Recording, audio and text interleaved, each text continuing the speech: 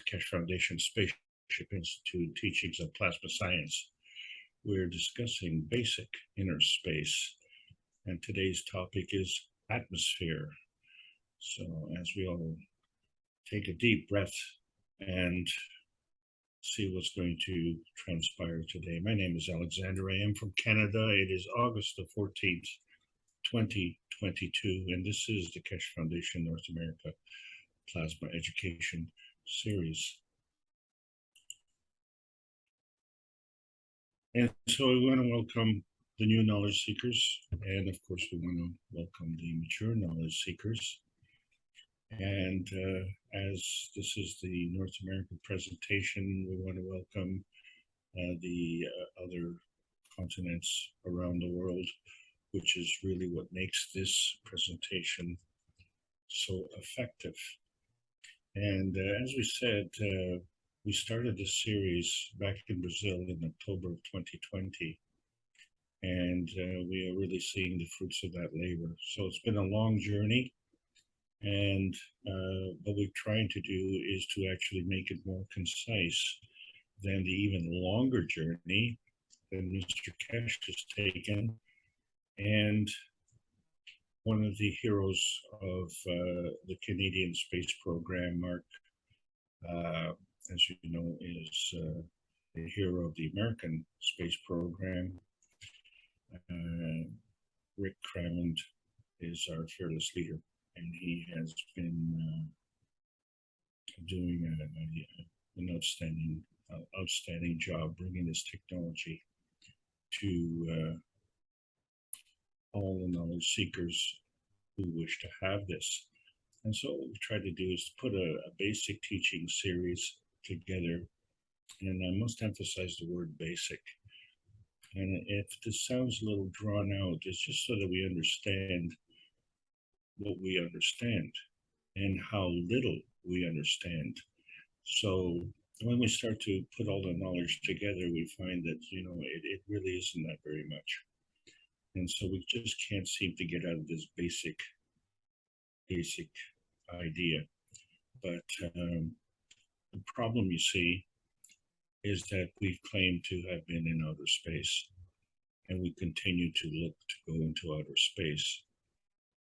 And the real problem, of course, is that we can't even see what's on the dark side of the moon. And we don't really know where this outer space is. So in order to do that, you know, when you're outside, you want to go inside. And so we don't know where outside is, so where exactly is inside? And so that's what we're looking for, and we're still looking for that. Because I think once we found inside, then we'll know how we can go outside. So, and if that sounds complex, it's because we have to sort a few things out, and we have a basis of knowledge now to be able to sort that out. And the first thing we've sorted out is that we've had some boundaries. And one of those boundaries is the magnetosphere that is around this planet. And in between the magnetosphere and the Earth is our atmosphere. And that's the subject that we're going to talk about today. And within this scope, of course, we are always in pursuit of currencies. And we know that there are many different types of currencies. But there's obviously the currency of money. And then there's also the currency of life, which is adenosine triphosphate. And then, of course, there's the energy of the universe, which is energy in motion. And, you know, we can't have the whole pie, I guess, so we just want a piece of that pie. And is that pie in the sky, or is it in that little tiny red dot in the bottom right hand corner, what we identify as part of man's universe, and which is actually our Earth space? And so we've tried to identify that on a technical basis with the 3 books of Mr. Keshe, The Universal Order of Creation of Matter, and we kind of say, well, you know, the matter is the source. Well, is the matter the source? And then when we look at the origin of the universe, that seems to be more of the source, but the origin of the universe is very much tied into our souls. And so there's a link in between, and that is the structure of light. And so we're trying to find out where exactly is this outer space, because we haven't described it there. And of course, when we look into the sky and we find that there's no point in the sky really, which is identifiable, because there's so many different places in the sky. And And so when we look at what nebulous kind of is derived from, we find that, well, Nebo is mentioned in the Bible as a place where Moses was granted the view of the promised land before his death. And so this is a historical reference. And of course, Nebo means sky. So nebulous point is somewhere in the sky. And as I already said, we only want that pie in the sky. So history seems to repeat itself. And what it tends to do is repeat the boundaries of thought. And I seem to be repeating myself with these classes here, because we just haven't found outer space yet. And we're told that historically that, we've been in outer space, but, we just can't seem to find where exactly that is. So that's what we're doing. We're searching for outer space. And before we can do that, it has to begin with the search for inner space. So let's carry on and see that, we are all here on this planet, and somehow we got here, and we got here in safety because we're still here. And somehow we've navigated through our life in safety, those of us who are here. But what's interesting, of course, is that all of these targets are moving. They're continually moving. And so if we just look at this relationship between the Earth and the Sun, the Earth is rotating around the Sun. And of course, there are different seasons. And there are 365 days in the year, they say. And, every one of those days is a birthday, is someone's birthday.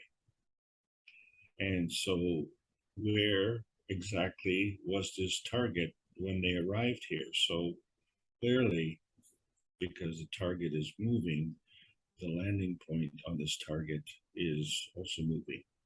And we did this somehow, and we're not exactly sure how we did this, even though we claim to want to go into outer space. So we have to look at the plasma rules and see that the rules of the game of life are based on a different set of rules than what we've been taught in school. So first of all is that energy states can increase and they can decrease. And this is done by at least an order of magnitude. But significantly, the higher energy state feeds the lower energy state. So we have a nebulous reference of what is higher and what is lower. But the thing is that from every point that you are, you can manifest through a natural creation or a natural decay. But now we are coming closer to the realization that the energy transfer can be catalytic. And we understand catalytic from our catalytic converters on our car. The catalytic converters are non-consuming, but the fuel that we dump into the carburetor is being consumed. And so this is how we deal with our environmental situation. And one of the other things, of course, we find is that energy is transferred between these rates, and it's transferred by many orders of magnitude higher in the higher states. So even the transfer rates are not the same. And as we identify all of these states, in order to identify them, we have to create a barrier. And so these are the plasma rules. So plasma is a barrier of fields. And once we've said that, then we also understand that there are fields. and energy can go into these fields. So it has to cross that barrier. And when it crosses that barrier, then plasma is absorbed into these fields. But there's another overriding rule, which is non-visible and non-tangible. And that has to do with the ethos of the universe. And that in itself is also a boundary insofar as it's binding.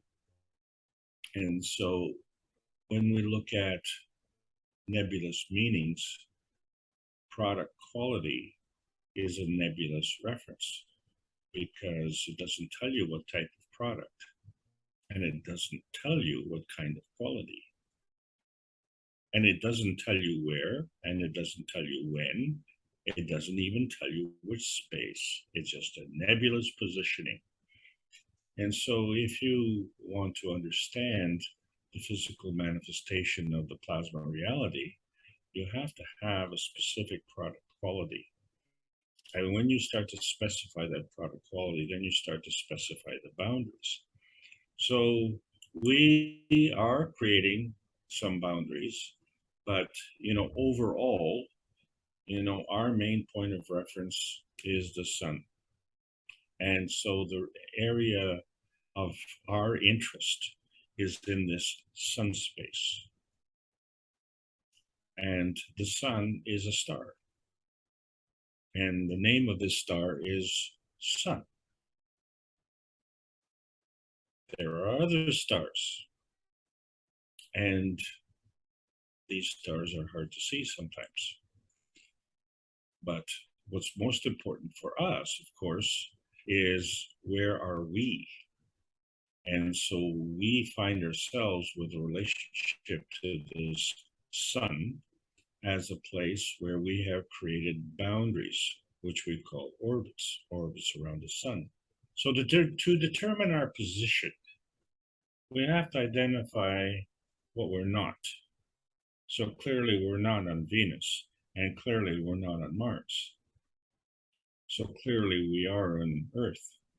So, okay, well, we're not Christopher Columbus either. This is an important point to understand that this is fundamental to boundary creation. And our interest is Earth.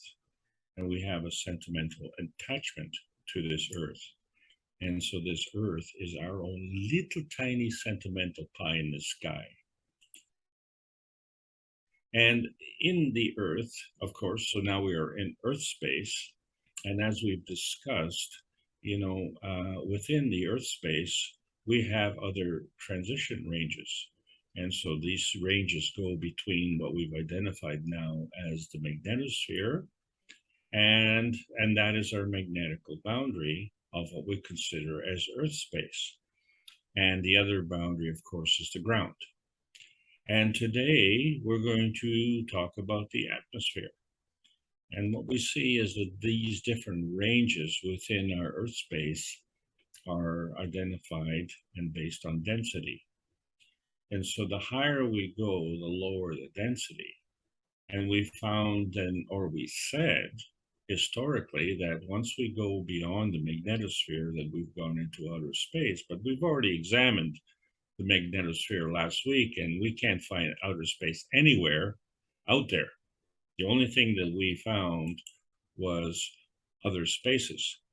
And many of these spaces were still an extension of Earth space. And so what this means is that we are not understanding the fundamental principle of the twinity. And what that has to do with is two fields. One we call the electron field, and the other is the proton field. And these two work together in what we call the atom field as one. But there is a transfer of energy from the magnetical fields. And as we said, the higher strength fields feeds the weaker strength. So the higher strength field is the proton plasma field, and the weaker field is the electron plasma field. So there we have a relationship of two, and this is the point now. when we look at the surface to volume ratios, we can't go just work with the 2 dimensions. The 2 dimensions are feeding us. What we look at is our Earth. We know that it's round. And we know that because when we have a baby, and when I say we have a baby, the carrier of the baby, of course, is the woman. And when you look at the belly, of course, it's round. And you don't see the imprint on the belly of hands or feet or a nose or a head. It's round. And so 1 and 1, the man and the woman created more than 2. So we had 2 feeding dimensions, and now we have a third feedback dimension. And we find that we can't really mathematically define these because we've introduced that pi again, which is 3 and 0.14 and a bit and a bit and a bit. We don't know what that bit is. We can't pinpoint that bit, but we do have to carry that bit as our observation. And seeing as we're the observers, and that observation is a fudge factor, then we are also the fudgers. And we are none of these 3 dimensions. We're in fact in a 4th dimension. And so where exactly is that 4th dimension? So when we look at the cup of life and we see that what we've done is we've taken 2 physical things, like a zinc plate and a copper coil, and we put that inside a physical cup. And when we added a nano-coated copper coil in the center, we kind of changed the atmosphere. And that atmosphere is between the magnetical and gravitational field forces within that cup. And then a stunning thing happened. We got this GANS.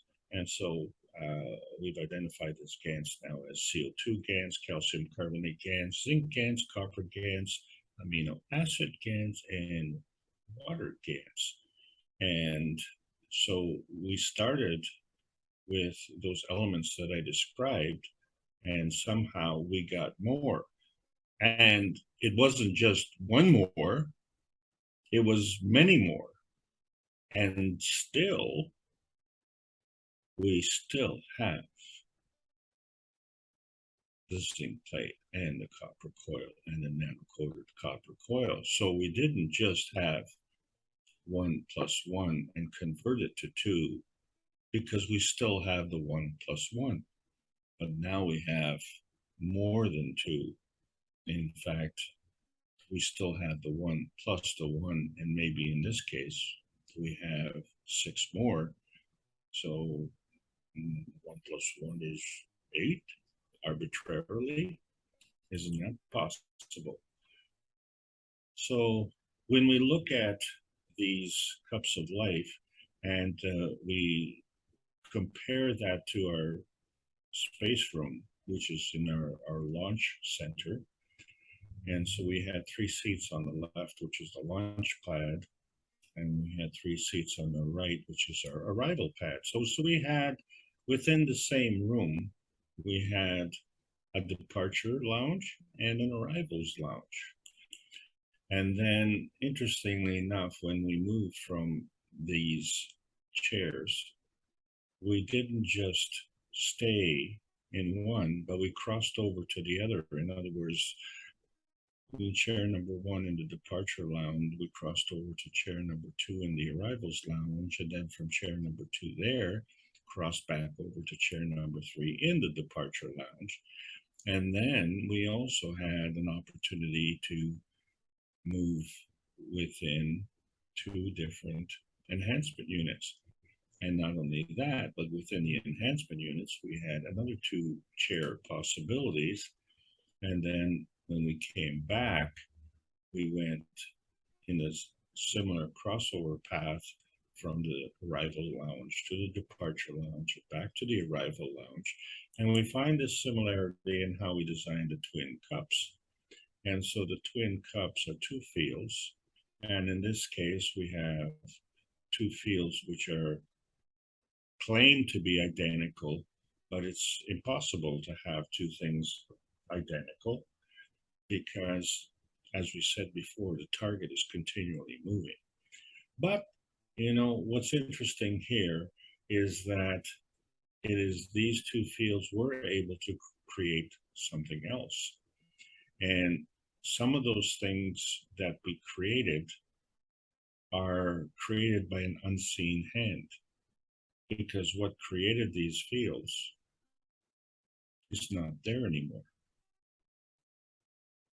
And we all know what was in these fields because we've made the cups of life, didn't we? When we made these cups of life, we added water and we added a salt to that water, right? And then we created different cups of different strengths. And so we did define one of them as the emotional cup and one as the physical cup. And now here we are 2.5 years later, still needing to produce the cups of life.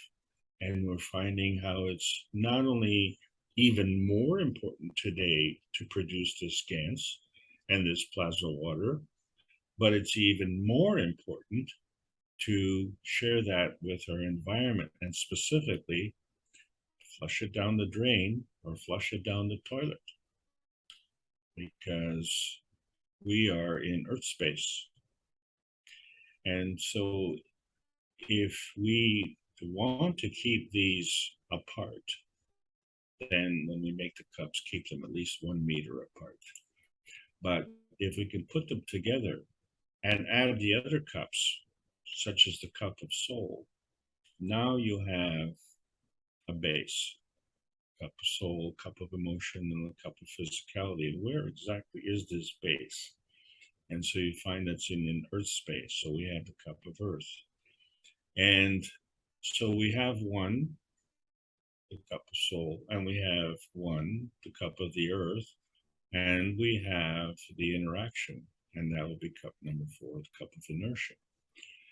But when we look at the GANS, there's something different about the GANS than when we look at the periodic tables, because what we see there are we see the details of the Earth space. And so individually, we're able to break these down into their basic atomic structure. And so they're elementary. That's why it's called a periodic table of elements. And we know from our plasma science that when we take carbon, nitrogen, oxygen, and hydrogen together, we form an amino acid. And we know that nitrogen, oxygen, and hydrogen are part of our atmosphere. And carbon is a solid. So in order for carbon to be part of the atmosphere, it can't go alone. It can't be elemental. It has to go with oxygen. But does it only have to go with oxygen? It could also just go with hydrogen. But does it just have to go with hydrogen? And so we find that it could go with nitrogen, oxygen, and hydrogen in combination. So when we take 1 plus 1, we don't know if it's 2, 3, 4, or however many. And to make things even more interesting, we're only talking about the atmosphere. We're not talking about the seas, the lakes, and the oceans. And so we have a relationship with sodium, magnesium, potassium, and calcium, which is part of the saline solution, the electrolyte. And that's part of the inertia. Inertia with what? Well, if we have the one, the amino acid, and then we have another one, that's our Earth space. And then within that Earth space, we have the copper, zinc, and the iron. And these are very important specifically to us, but we can also look at silicon, which is specifically very important to Earth, but we find that we share that importance. And in fact, the Earth shares the importance of carbon. So the whole question of saying if carbon is organic and silicone is inorganic, that becomes a nebulous reference and totally redundant, because all of these are earth-space details. So there's some kind of overlapping here. There's some kind of common denominator here between our earth space, our man space, and our atmosphere. And so, as we said, the higher strength feeds the weaker strength. So we have these two fields interacting, but it seems like a one-way street. And of course, it's not a one-way street. It's a representation of two forces coming together. And so as these forces come together, they're coming from a feeding. And once they come together, that is the feedback. And so the next question is, what does it feed back to? And so there are two options that we have on this planet, and we seem to have taken the one of least yield. In other words, not the common denominator, but the lowest common denominator. And we say the lowest common denominator because in the process, as the higher feeds the weaker, so the energy is coming towards the weaker. And so the weaker then, by seeking the lowest common denominator, is actually seeking to be even weaker still. Really doesn't make any sense, does it? And so this becomes a kind of self-consumption. And it indeed is a self-consumption. And so what loosh harvesting is a self-consumption.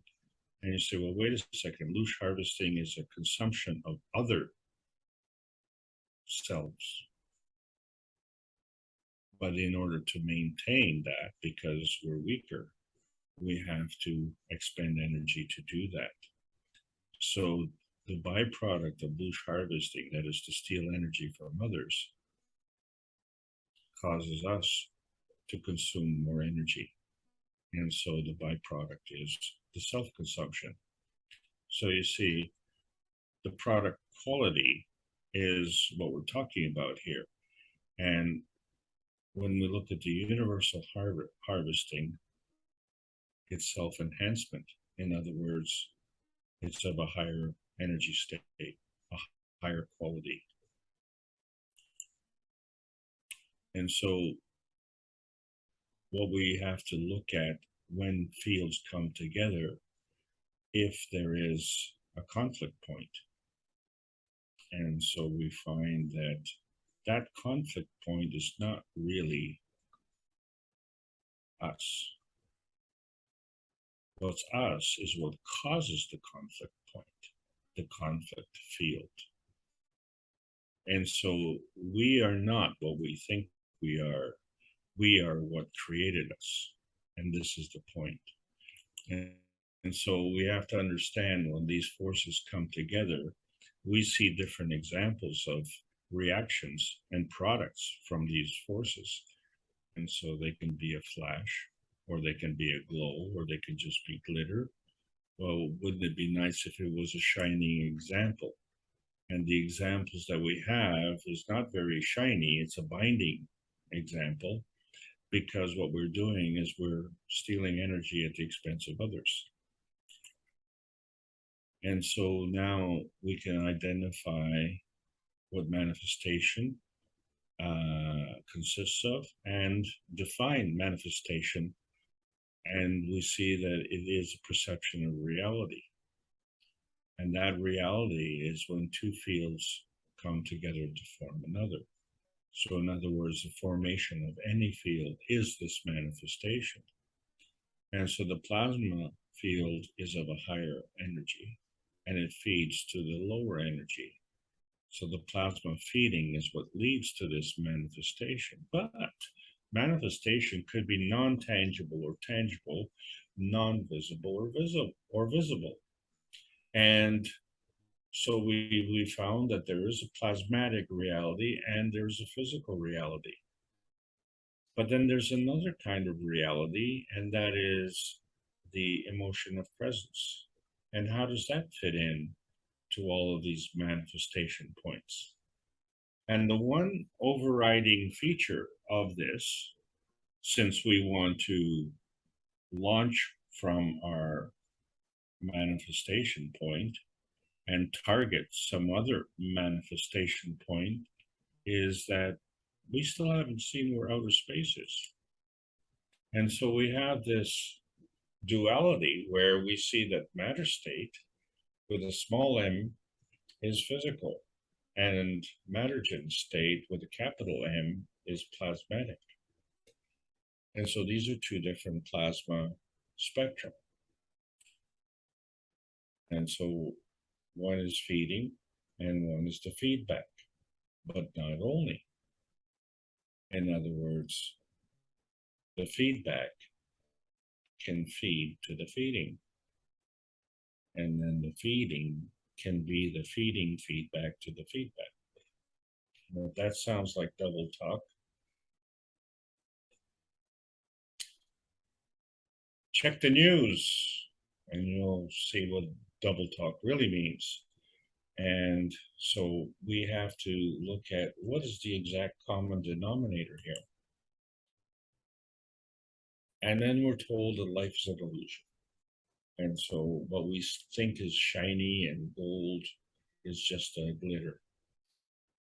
And so the fact that we were born was just a glint in daddy's eye. And these are all nebulous reference fields.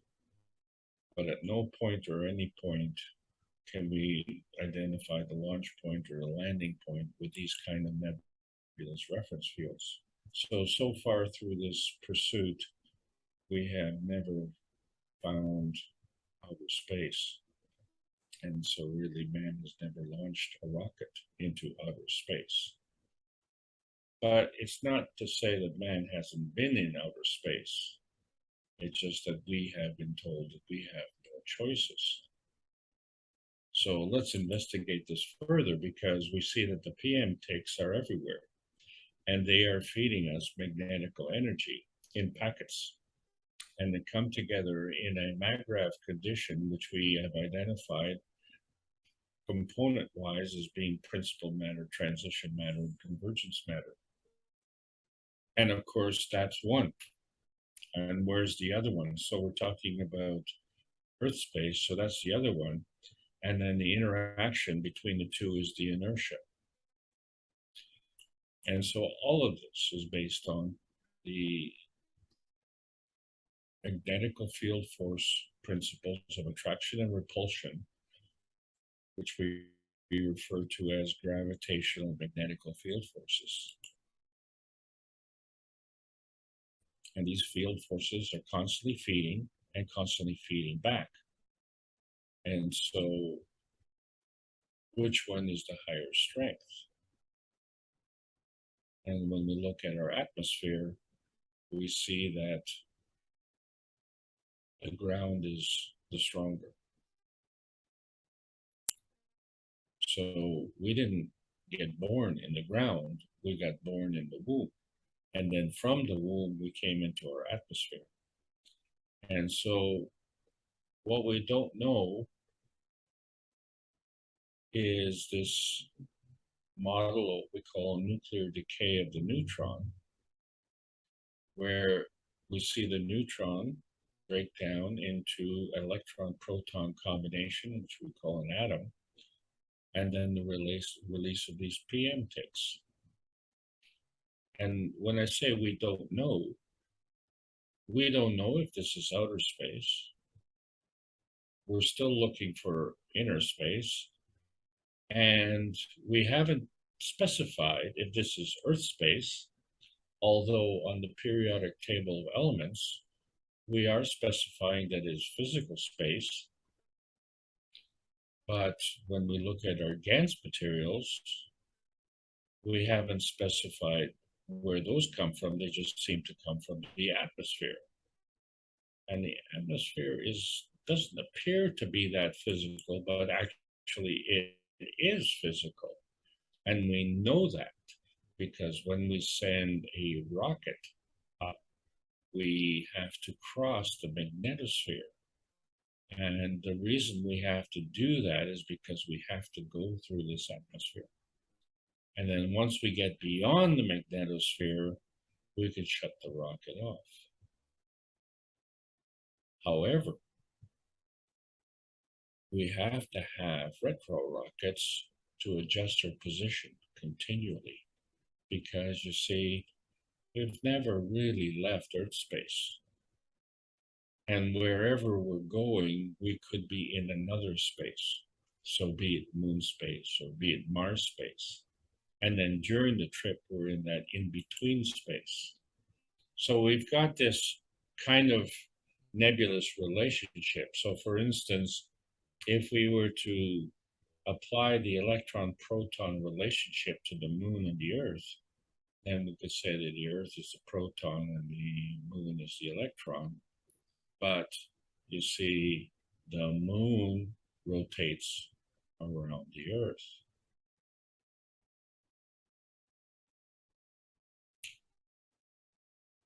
And do we know that for sure? Because the Earth is also rotating. So in relationship to the Earth and the moon, it seems like the moon is moving. And is the space in between the Earth and the moon also moving? So we really got to make sure that we understand our target practice. But either way, we found that the Earth to the moon relationship is part of moon space, like if we get to the moon. But that moon space is actually part of the Earth space. At no point is it outer space, right? So we find that the moon space is part of the Earth space. So the atmosphere, which is bound by the magnetosphere, is not the boundary of the Earth space, but the Earth space passes through the magnetosphere and actually goes up to the moon space. So in truth, the Earth space target range is between the ground and the moon space, beyond the atmosphere, beyond the magnetosphere, beyond the in-between space. But we had a preference here. And that preference was to find the point here on Earth. And we didn't even say where on Earth. And then when we get into this Earth space, we know that the Earth space is part of the Sun space. And so how do we know this? And that is because when we see the sun, we see the blue sky. But it's interesting, we don't see anything past the blue sky. However, on some special occasions, we can see the moon during the day. And so we find that this sky seems to be a boundary that coincides with the magnetosphere, because we can't see the sky beyond that. But sometimes we can see the moon. So what that means is that that sky isn't invisible, it's translucent. So the sky is still there. It's still there in its physicality, but we can see through it. And maybe we can see this moon. But now what happens? We take this sky away. I'm sorry, we take the sun away. Well, we take the sun away, we took the sky away. Where's the sky? Well, the sky is gone. Well, is the sky really gone? Because we no longer see the blue sky. So did this thing disappear? Is it non-visible? Or is it transparent? Because if it's transparent, that means it's still physical. So what we're saying is that the atmosphere we know is physical because we need a rocket to get out of the atmosphere. And we know that the magnetosphere is physical because we could see that boundary. But now we can see through that boundary. And during the sunny period, it's translucent. And during the night, it's transparent. And then we can see all those other stars. But those other stars are all part of the relationship with our solar system. And our sun is a star. So, which is it? Why is our sun star so much more brighter than the other stars?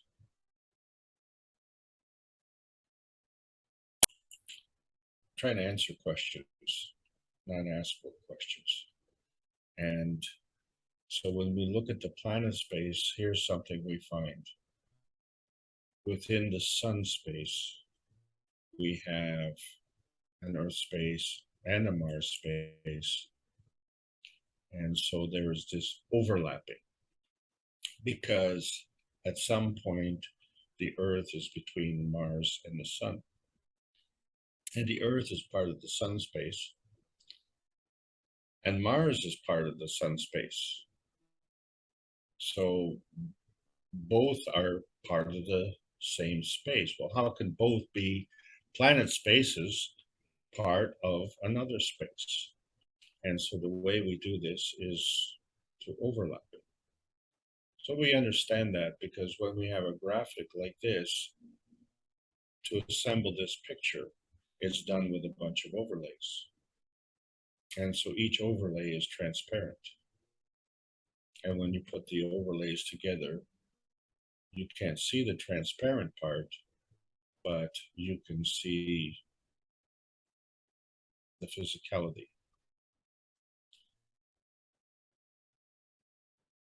You can see the physicality. And you can see the transparency. And if you can see the transparency, then the transparency is physical. It's not plasmatic, because the plasmatic is non-visible. And on top of that,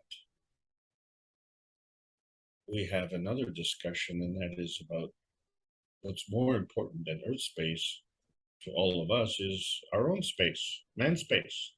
And man space is also part of this nebulous relationship. And where exactly is that? So we're somehow stuck in between somewhere, because there's also another in between space. And so what is the deciding factor for all of these spaces? And we can't see it. So we know it's not outer space because we have satellites, and satellites can orbit. But satellites orbit without a motor, without a rocket. And this is okay because we say atomically the electron rotates around the proton. It doesn't have a rocket either.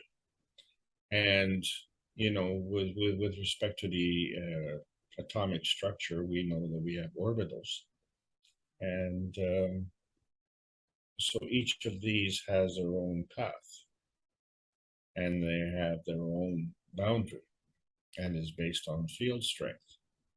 But all of these field strengths are based on the same atom.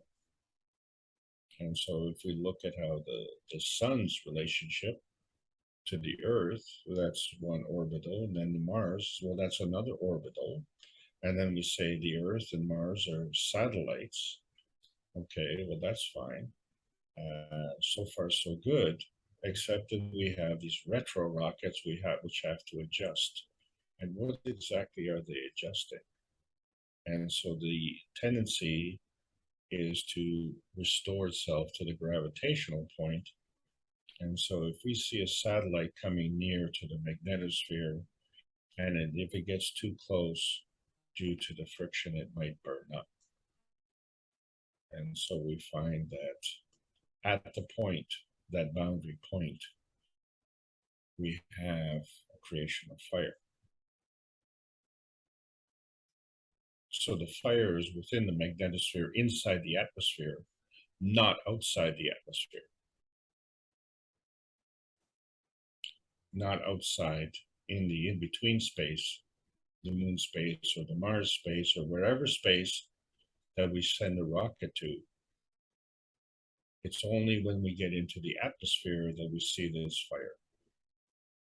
And so this fire is kind of this transition zone between the physicality and the atmosphere and the lack of atmosphere.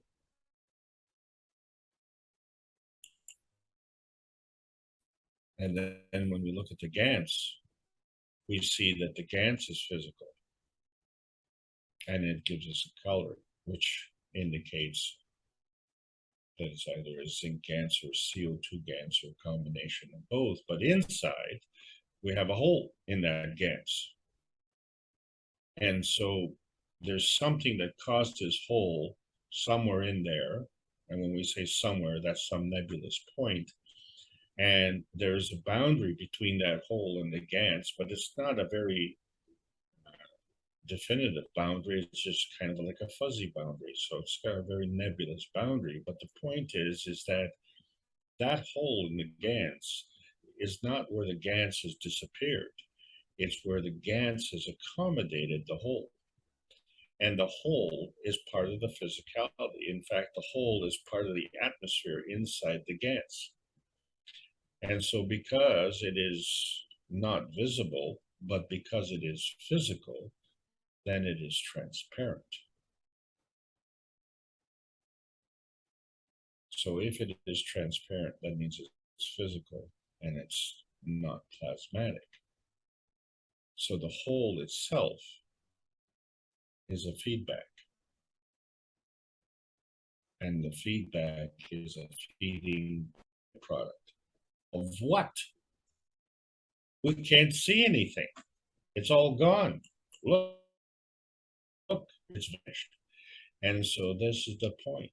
This is the point. We're not describing, when we describe in physical science, our proper understanding of natural creation and natural decay, because you see in science, this is all based on the PM ticks, which are rays in motion, and rays in motion part of the creation. And the creation can be in a higher energy state or in a lower energy state. And in fact, it has to be in the two adjoining states. It has to be in the neighboring states. And there is a boundary between neighboring states. And we don't know what that boundary is because we can't see it. And so we just fudge it and say, well, there's got to be a binding there because we can see the byproduct. And so that's exactly what we see when we see the two rainbows. And when we look in there and we say, well, inside the first rainbow, it's part of the Earth space, and outside of the second rainbow, well, that's part of Earth space. But, you know, that's not me. What's me is in between, because I'm the product of the two. And so we find that there's a direct link between that and our peace dome. And still we haven't identified outer space. And we haven't even identified man space. All that we're seeing is the spectrum of the fields, where we see a plasmatic manifestation, which we call the feeding radiance. And then we may see a physical manifestation, which is the feedback radiance. And the thing about this radiance is that it goes beyond the boundary of the space. And that boundary is non-specific. In other words, it could be physical, which would be like the ground. It could be atmospheric, like a gas, or it could be beyond the magnetosphere, which is in that in-between space. And then there's motion. And so there's no accounting for that either, is there? because all we're seeing, the byproduct, is the motion of that field. So we're not seeing the magnetic or gravitational contribution to that motion. All what we're seeing is the manifestation when two fields come together, which we call a maggrav. Did we say it's plasmatic or did we say it's physical? No. All what we're trying to do is understand this dynamic plasma boundary with all of these nebulous references. And so all of these nebulous references are based on ray creation, ray emission, and ray absorption. And if there's a reference, then it's more than two. Well, it's at least two, but it can't be just two, because you still have the one and you still have the other one. And then you create another one. So you have more than what you start with. And that's how creation works. So we see that there's a plasmatic spectrum and a physicality spectrum, and we see that there's a covalent bond. And we are zeroing in on what we see as the inner space. So if that's where the inner space, it just seems to be logical that the inner space is inside.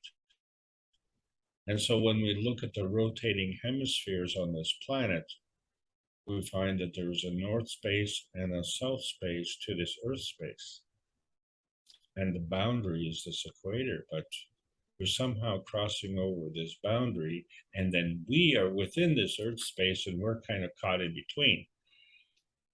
And wherever we are, we're standing on the ground and looking up to the sky. And when we look up to the sky, we have to look through the atmosphere. And somewhere in between the ground and the sky, we see clouds. And these clouds move with the wind. And from these clouds comes the rain.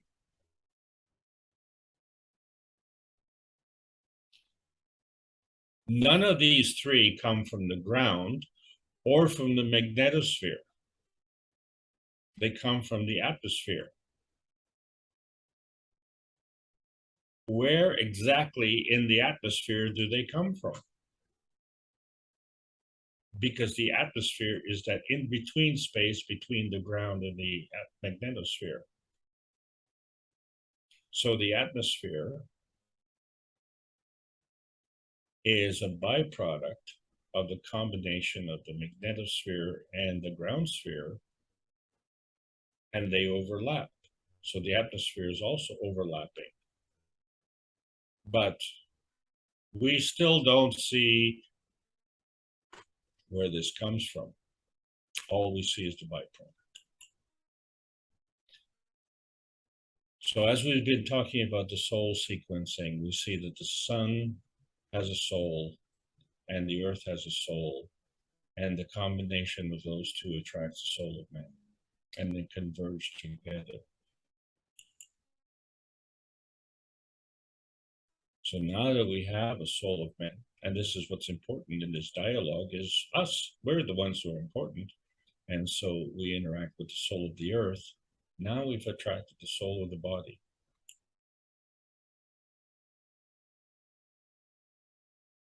Now that we have the soul of the body, interact soul of the earth and manifest the physicality of the body.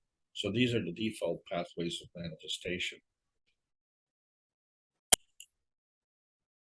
So when we look at the soul of the earth relationship, we know that we have physicality of the body and we have a soul of the body. And we know that we have a proton and we have an atom, and we know we have a sun and we have an earth. Well, wouldn't it stand to reason that we have a physicality of the earth body and a soul of the earth body? And so maybe that's where the inner space is, because it's certainly not in the atmosphere. And then we haven't even talked about the nuclear science, because that is even more dense. When you look at the periodic table of elements, those elements have a higher atomic energy, which means they're more gravitational. And so what is the limiting factor here? And this is the ethos of the universe, which we talked about at the beginning. And that deals with morality, compassion, and courage. And why is that? And that is because what we're talking about is the creation of life, and life wants to live. And so if life wants to live, anything that's opposed to this life-giving, shall we say, process is against the plasma rules. And so the plasma will not respond to that. So we have an opportunity in the physical reality to violate the universal rules. And as we violate these universal rules, and one of the most harmful ways to violate these rules is by creating garbage. And so it's not my garbage. I'm just going to throw it away over the fence into another field. And so we say, well, that's my garbage over there. This is not my garbage here in the middle. Well, you know what? That garbage cannot be thrown away. It's still there, and you created it. So, when you look at that garbage, you are a reflection of that garbage. And so that's one feedback feeding another feedback. It's all about the feedback. So what you create and what you give your time and attention to becomes very, very important, because like a boomerang, it keeps coming back. And so the discussion is about not just Earth space, and we're still looking for inner space and outer space, but all of this deals with man space, because man space specifically targeted the atmosphere. When we came here, we didn't go beyond the magnetosphere, and we didn't go below the crust. We didn't even hit the atmosphere. What we did, we took an intermediary stop in Mama's womb. And it is from Mama's womb that we came into the atmosphere. So our man space is actually part of the atmosphere of the Earth space. And you know what? The vertical people are also in this atmosphere. And so, is it just man space? It's also vertical people space, isn't it? And if we zero in on the flower in the middle, we find that there's a bee on the flower. And so this bumblebee is in our space, but the bumblebee is in the bumblebee space. So the bumblebee space is overlapping, the vertical people space is overlapping the man space. And then, of course, you have an unfortunate case where the Premier of Ontario swallows a bee on Friday. And so now the bee becomes part of the Ontario Premier space. So all of these spaces are overlapping.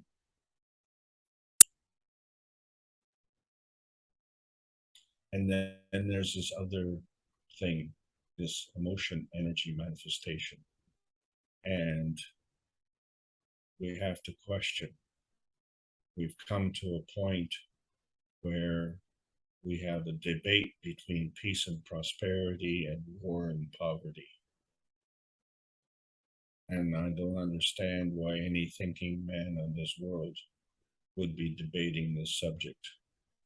All we have to do is to unlock the gateway to the inner space of the earth body, because now we understand that there are overlapping fields with overlapping boundaries. And so there are man-made laws and there are universal laws. And there's a universal role of man within these laws. There's also a universal role of angels. And so these angels can transcend these boundaries as well. So what exactly is an angel? What exactly is a universal community member? And what exactly is a man? And keep asking more questions. But the thing is, what we're answering is how the universe is created. It exists from energy, and energy is always in motion. And the fact is that all things are working in combination. And so when we look at the universal order of creation, and yes, we've created one field, but that field is a combination of three fields. And then those combinations work together with another combination of three fields. So, maybe it's 1 and 1 is more than 2, or is it maybe 3 plus 3 is more than 6? How many combinations are there? How big is large? I don't know. But I'll tell you, when I see this plasma dandelion, which is 1 meter tall, I'm thinking, whoa, I've never seen a dandelion that tall until I introduced the plasma fields. And so everything that we see is really a reflection. And what we don't see is the emission. So what we don't see is what caused this dandelion to be so big. But I can tell you that it was the plasma fields that were planted around the dandelion field. So what we're saying is when you're looking at the blue genes, you understand that they're not blue. They're every other color except blue.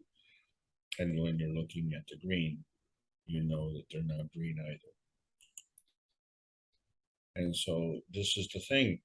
When we look at history, we see that maybe our history is not what we thought. And what we thought created boundaries.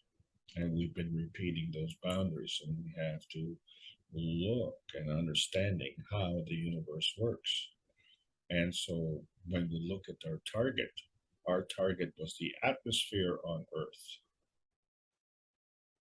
And the reason it's the atmosphere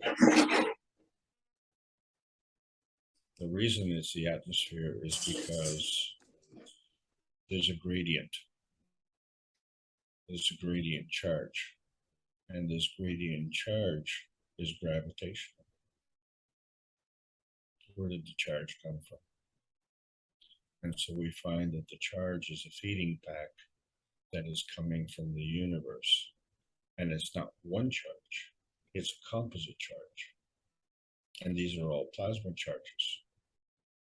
And so the creation in the atmosphere is a dilution of these composite plasma charges. And so we've seen the amino acid, but the dilution of the charges that created the amino acid, we can't see.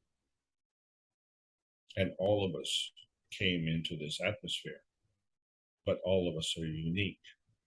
And so this dilution also creates variety, the spice of life.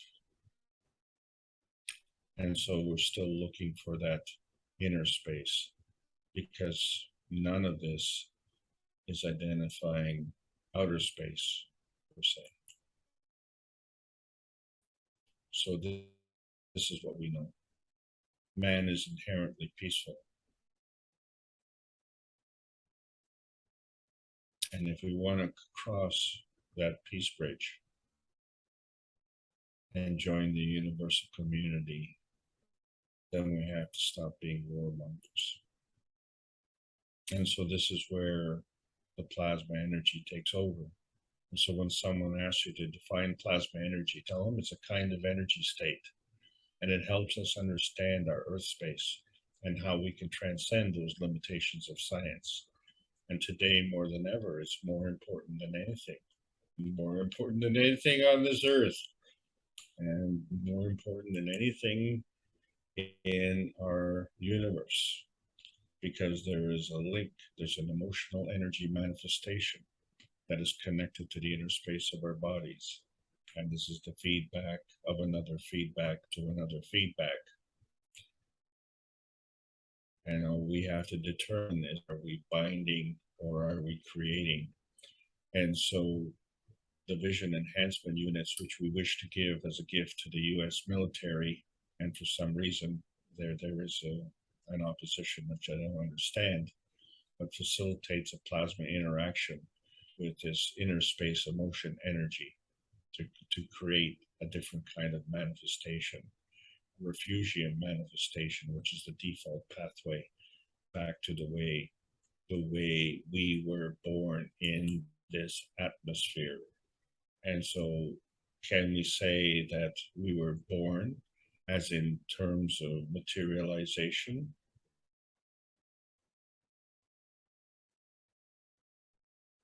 Somehow, some way, we crossed over no man's land.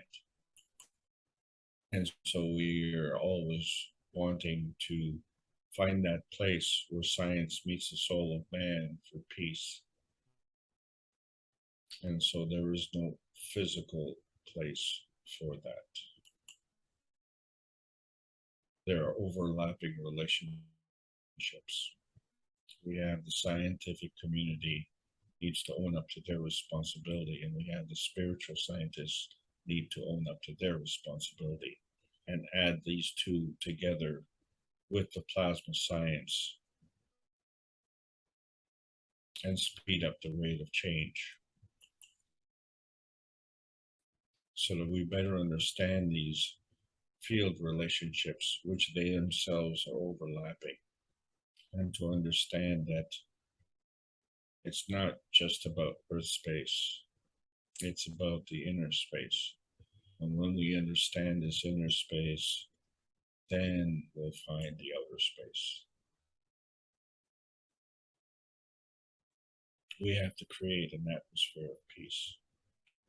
And we have an existential crisis where we have to harvest the plasma energy of the plasma universe. And so we see that there is a magnetical overlapping where we have our Earth space and we have our peace dome. And this peace dome is within our atmosphere. And if we have a magnetical overlapping, then we also have a gravitational overlapping. And if there's an overlapping, how can you see if it's not visible?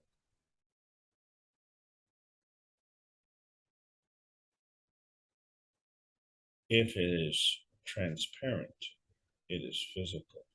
If it is non-visible, it is plasmatic.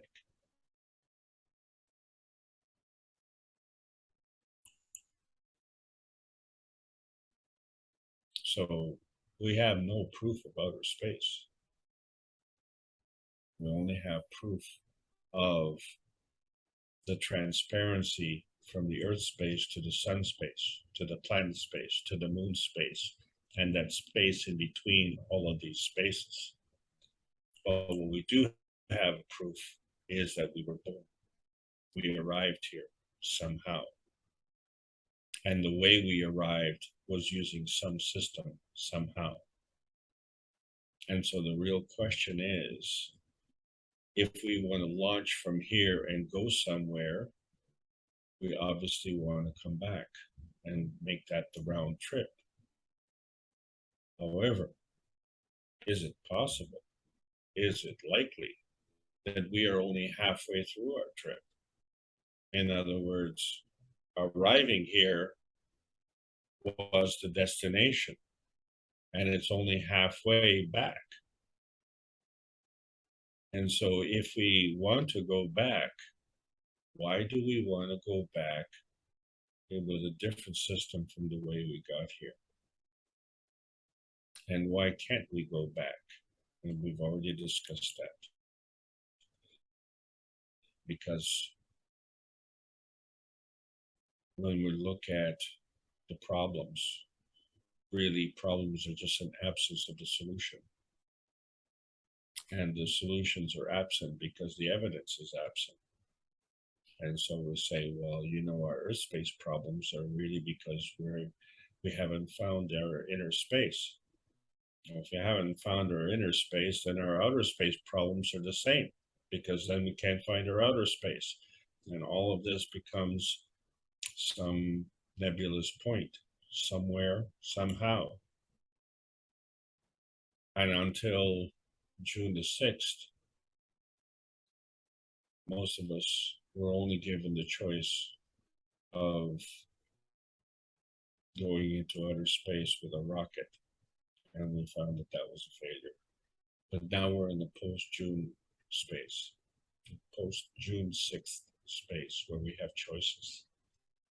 And the definitive thing is that we all got here when we were born safely.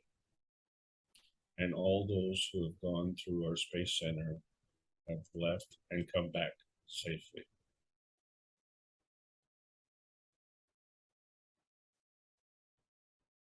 The universe is a benevolent place.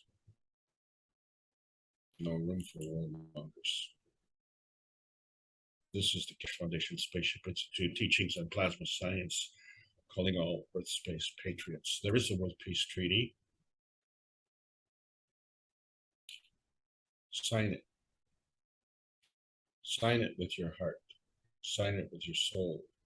Sign it with meaning, and put a pen to paper to show the Earth has no boundaries, because plasma science has no limitations. The earthbound physical and emotional atmospheric transformation is what we need to manifest here. The transmutation from the transparency point to the manifestation point. To understand that the universal refugio includes all of the universal community. And we are part of the universal community. So we have to relearn these universal overlapping languages of freedom. We have to relearn our inner space. We have to relearn the man-made boundaries of thought. Plasma science needs to be delivered in exchange for peace on Earth. Welcome to the other space age. Thank you very much, everybody. This is the end of the lesson. Thank you again, Alex, for your presence and your continued delivering of these teachings, or the sharing, as we like to say. I don't think anyone's here new. I recognize just about every name in the participants list. If there is someone here new, please announce yourself, but I think everyone has been here before, as they say. And of course, we'd like to open up for questions, or everyone has a microphone. That's the reason we all have microphones, so we can all interact. Many of you are seasoned knowledge seekers. Dirk has a thumb up, but not a hand up. Maybe he'd like to say something. And how is your website going, Dirk? I know you had put some of the gas systems on there and so on, and these plasma gas systems create soul elevation. Maybe you'd like to share something. Well, I was busy in informing the hospitals here in Germany via email about the website, and I hope that some of them recognize that the possibility to change to plasmatic CH4 will be some kind of success. So I don't check the countings or the visits of the website right now, but I made a lot of I sent a lot of emails to to a lot of hospitals here in Germany. Thank you. So you're welcome. I think they all, well, maybe not at the hospital level, but certainly at the religious world leader level and the president and so on and other services know it works too well. And that this will be, in a way, their own demise. We can hear there's so much in this workshop that Mr. Kesh shared, again, in every workshop. It's in every word, every sentence, every teaching. But it works so well that if they let the cat out of the bag, it will create their own loss of control. And this is the whole dilemma behind it. They know it works.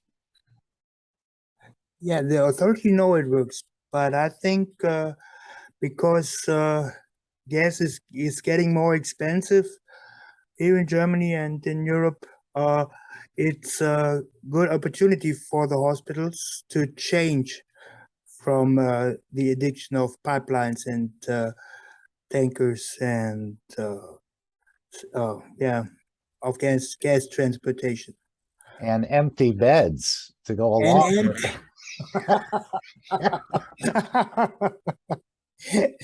yeah, here in Germany they are not called hospital, they are called Krankenhaus. That means a house of illness. So yeah. Mhm. yeah. Mm. Yeah, but well, if only some react and buy these units, we have a little step further to a better environment. Definitely. And I think that's how we're, Alex, you mentioned atmosphere a lot today. And when I first heard, Dirk, could you mute while you're not talking? I think we're Sure. getting a little feedback, but everyone feel free to come in. But before the Kesh Foundation, and I heard that the planet, some people had called it Gaia, let's say, in the Gnostic, which I studied a very tiny bit, and Gnostic is really a sort of a pejorative term for, they used to call them know-it-alls, or that's what the Gnostic term means. But they talked about Gaia and about, Gaia falling in love with the planet, very similar to what we hear about Mitra. So there's a lot of copying. But just to think that the planet, we've heard it, the third rock from the sun, and under the topsoil and everything, it's just a rock. Of course, there's a lot of internal workings, but I always had a hard time, even though I thought it was possible, I couldn't really see how a planet could actually be a living being. Now we hear Mr. Kesh say that we are living beings living on top of another living being who breathes the atmosphere of this surrounding. So these gas units will not only elevate us and every other creature of the creator on this planet, but the actual planet, the soul of the planet, is going to get elevated through these gas or the plasma gas, which is different again than the matter state gas, which I don't think we're able to fully create it at this point. I know the plasmatic, he says, connects where the matter state sort of fills in a way, and I don't get that clarification really either. And maybe this is why we're going to see, as we heard the message to humanity, where you won't see one or two UFOs anymore, you'll see them by the thousands.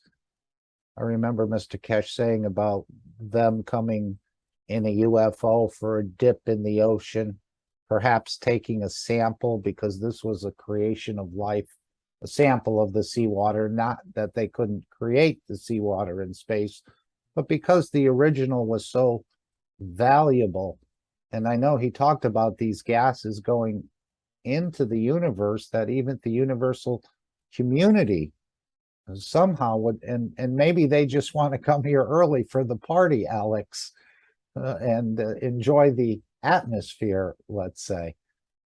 Any comments on that? This is a brilliant observation, Mark, because I didn't want to go into it with this particular class because we're still on the basic teaching. But we have a problem is that Mr. Kesh is racing ahead, like really racing ahead. And it's, difficult for mature students to keep up. And I can just imagine for new students what kind of shock they might be going through. It's just like introducing cars to Aborigines in Australia who have not been exposed to civilization. It's a massive culture shock. So we're trying to gradually bring that across, because we will have many new students coming in the coming years, and each one of them is going to be going through this shock. So but what you've done is you've stated the difference between the physical atmosphere and the plasmatic atmosphere. So the phenomena with respect to the cup of life is that the question came originally, and this was in the basic teaching classes that I started with, was that the GANs didn't come from the thin air, but rather it came from the fat air. And we know it was fat because we had amino acid. Amino acid is part of the protein, and the protein and is derived from oil. And so oil and water don't mix. And so this is why you have fish in the water, and because the fish are oily and they don't mix with the water. Right? If they did mix with the water, then they'd be just mush, but then so would we, because our cells are also having a combination of oil and water. And it's because of this boundary that we can maintain our physicality. So these boundaries become very, very important. But these boundaries have become a point of selfishness, where we say, well, this is me and this is mine. And so if this is mine, then it's not yours. But, when is it yours? And really and truly, it's only yours when you're there. Because if you leave, well, it's no longer yours, is it? But there has to be some kind of organization, otherwise you'd have this chaos. And so with respect to the universe, it provides everything that you need, and it manifests itself in the atmosphere.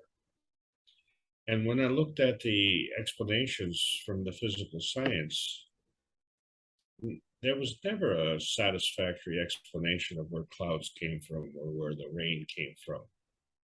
And then, the clouds are kind of fluffy and the rain's kind of wet, but, hailstones are really hard. And, they can damage your car and everything else that goes along with it if it's extremely large. And then, of course, we have snow. Diane says, thank you, Alex. I always enjoy and learn something from your quote unquote sharing blessings. Now, Randy says, Alex, my cup, CuO, has tons of amino acids floating on top. What can I use these amino acids for? Thanks. Well, If I could interject while you're thinking about that, Alex. I try to choose my words carefully. Remember, copper in the GAN state is non-toxic. But anyway, Mr. Kesh says, we don't force any souls, to accept the technology. This almost sounds like double talk. We don't force any souls. It's not, of course. We don't force any souls to accept this technology, but we create systems which forces them to accept this technology. Go ahead, Alex. Yeah, well, you see, Randy's question is really good because, you know, sometimes you give gold to someone and they think it's garbage. They don't understand gold when they see it. They only see gold when it's shiny. But you know, I I don't want to insult Randy, so this is why I want to be careful for my words, because Randy knows how to make GANs and everything. And what he's pointing out is that he is prolific at getting this amino acid. And this is a gift. This is a tremendous gift. So it just shows you how skillful Randy is.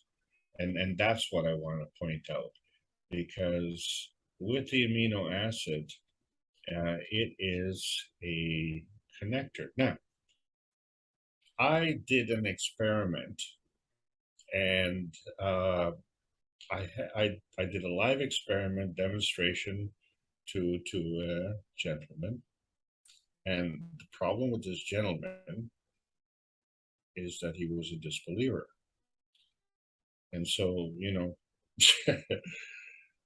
Do you believe what you experience, or do you experience what you believe? So anyway, we came to a crisis point.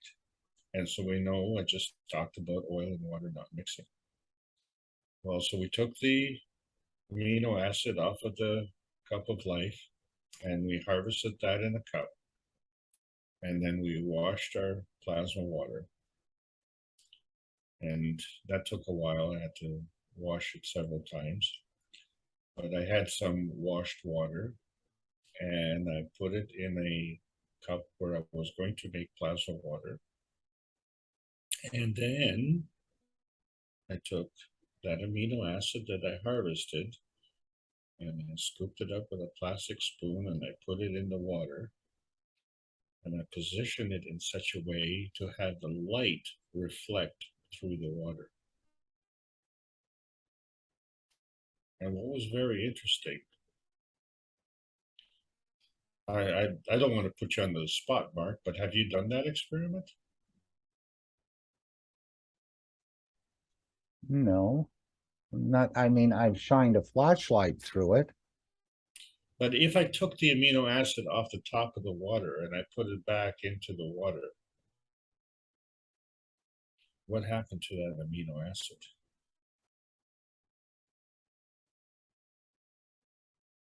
Well, when you put it into plain water, it sort of disperses itself. And That's it's exactly what probably, happened. yeah. Mhm. But oil and water don't mix. Sorry. Hello, Mark. The display is black now. Thank you. Alex, you're still sharing the screen. I'm still seeing Alex's screen. Yeah, I'm still here. Okay, it must be on your system. I know in the plasma generator class with Joel, Vernie shared with us about using the same copper wire as the wires in the home, and Mr. Kesh has always said use the GANs, the CuO GANs with on top of the wire. But again, this is matter state. I would think the amino acids also can be used in the same way. That's one of the things I was thinking about. Well, my point is that we seen the amino acid floating on the surface of the cup of life. That's how we harvested it, right? So it separated. There was a boundary, and we were able to scoop it off the top. But when I added it back to the water, that amino acid dispersed into the water. I didn't have to take a swizzle stick and stir the water up to disperse the amino acid. It dispersed all its own with its own energy. And so just exactly what you said a few moments ago, that energy filled the space. And it only stands to reason if the plasmatic energy is stronger than the physical energy. And what we had done was we washed the water that we harvested from the cup of life, washed it from the salt, right? So that it would become fresh water. We literally diminished the energy in that water. And so this was a living experiment of how we were depleting the energy from the water by dropping down in energy state, from a plasmatic energy state down to a physical energy state. And then we took an amino acid, which we thought was in the physicality, but it wasn't really physical. And the reason I can tell you that is because my disbelieving friend, when he was looking at me take the amino acid out of the cup, could not see the oil. And frankly, neither could I. But, you know, I just scooped up from the surface. And then I put it in that cup to harvest, and then I took from that cup and I added it to this washed water, which was in the physical state. So I was literally adding the plasmatic amino acid to the physical water. So if the higher energy feeds the lower energy, then it only stands to reason that at a higher energy dispersed into the lower energy. And at that point, we defied the basic principle where oil and water don't mix. And Randy says, what can I use these amino acids for? And as we've been told through Mr. Cash, is that there's civilizations that just specialize in amino acids. So I'm sure if you've been playing with amino acids for millions of years, there's so many more things that we can do with them than we're fully aware of at this point.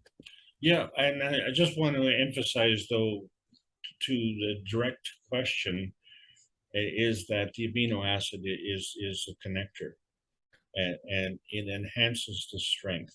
It really seriously enhances the strength for whatever plasma field that you're creating. So in the essence, if we were creating this plasma water, that plasma water was actually through the process of washing that water. So through that process, we were actually creating a physical water. So by adding the amino acid to that water, it was elevating the energy state of that water and then speeding up the process of creating a plasma water. And so every time that we want to elevate from a physical state to a plasmatic state, or to facilitate a connection between these states, right, the energy transfer state. So the amino acid is that connection. And so Randy is describing success in generating connectors, more and more connectors. And so I would say that that is a process that is going through on the road to success. Lisbeth, are you still having trouble? She sent me a message. The screen is black for long minutes. Maybe you can go out and come back in and it'll refresh, because I'm still seeing Alex still sharing and I'm still seeing the screen. Yeah, all my systems are up. Okay, Jacob says all well here.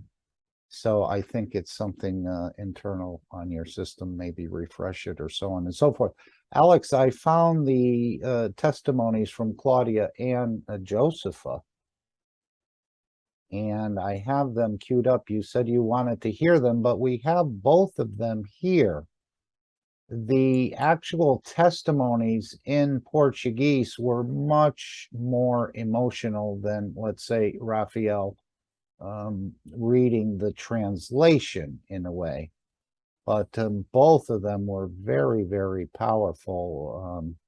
And again, we sensed the tears, but they were not tears of sadness or tears of pain or anything like that, but they were actually tears of joy. Both of them expressed a beautiful emotion, which really came through, at least to me, in those testimonies. If I may add to your particular comment, because I want to corroborate that, I've talked to several people about those testimonies, and they all agreed that, first of all, we didn't understand Portuguese, and second of all, we did get the emotion. They were very emotional. And I was particularly excited because these two have not only been knowledge seekers for a long, long time, but they've also been knowledge teachers. They've actually stepped up. And so it's a very difficult thing to be a teacher in something that you haven't experienced. And so now I quite literally have to pass the baton to these two, because they not only are excellent teachers, but they've also experienced it. And then this is one of the problems, as you understand, with being a teacher. Teachers teach because they can't do, right? That's what they say. Well, these teachers can do. And we all will be in the can-do state. So this is the advancement and the elevation of everything. And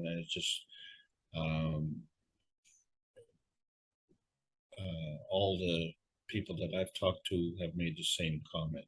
They see the emotion coming out, regardless of understanding the words. We understood the emotion, and that's the whole thing. The universal community always refers to the intent. They don't listen to the words.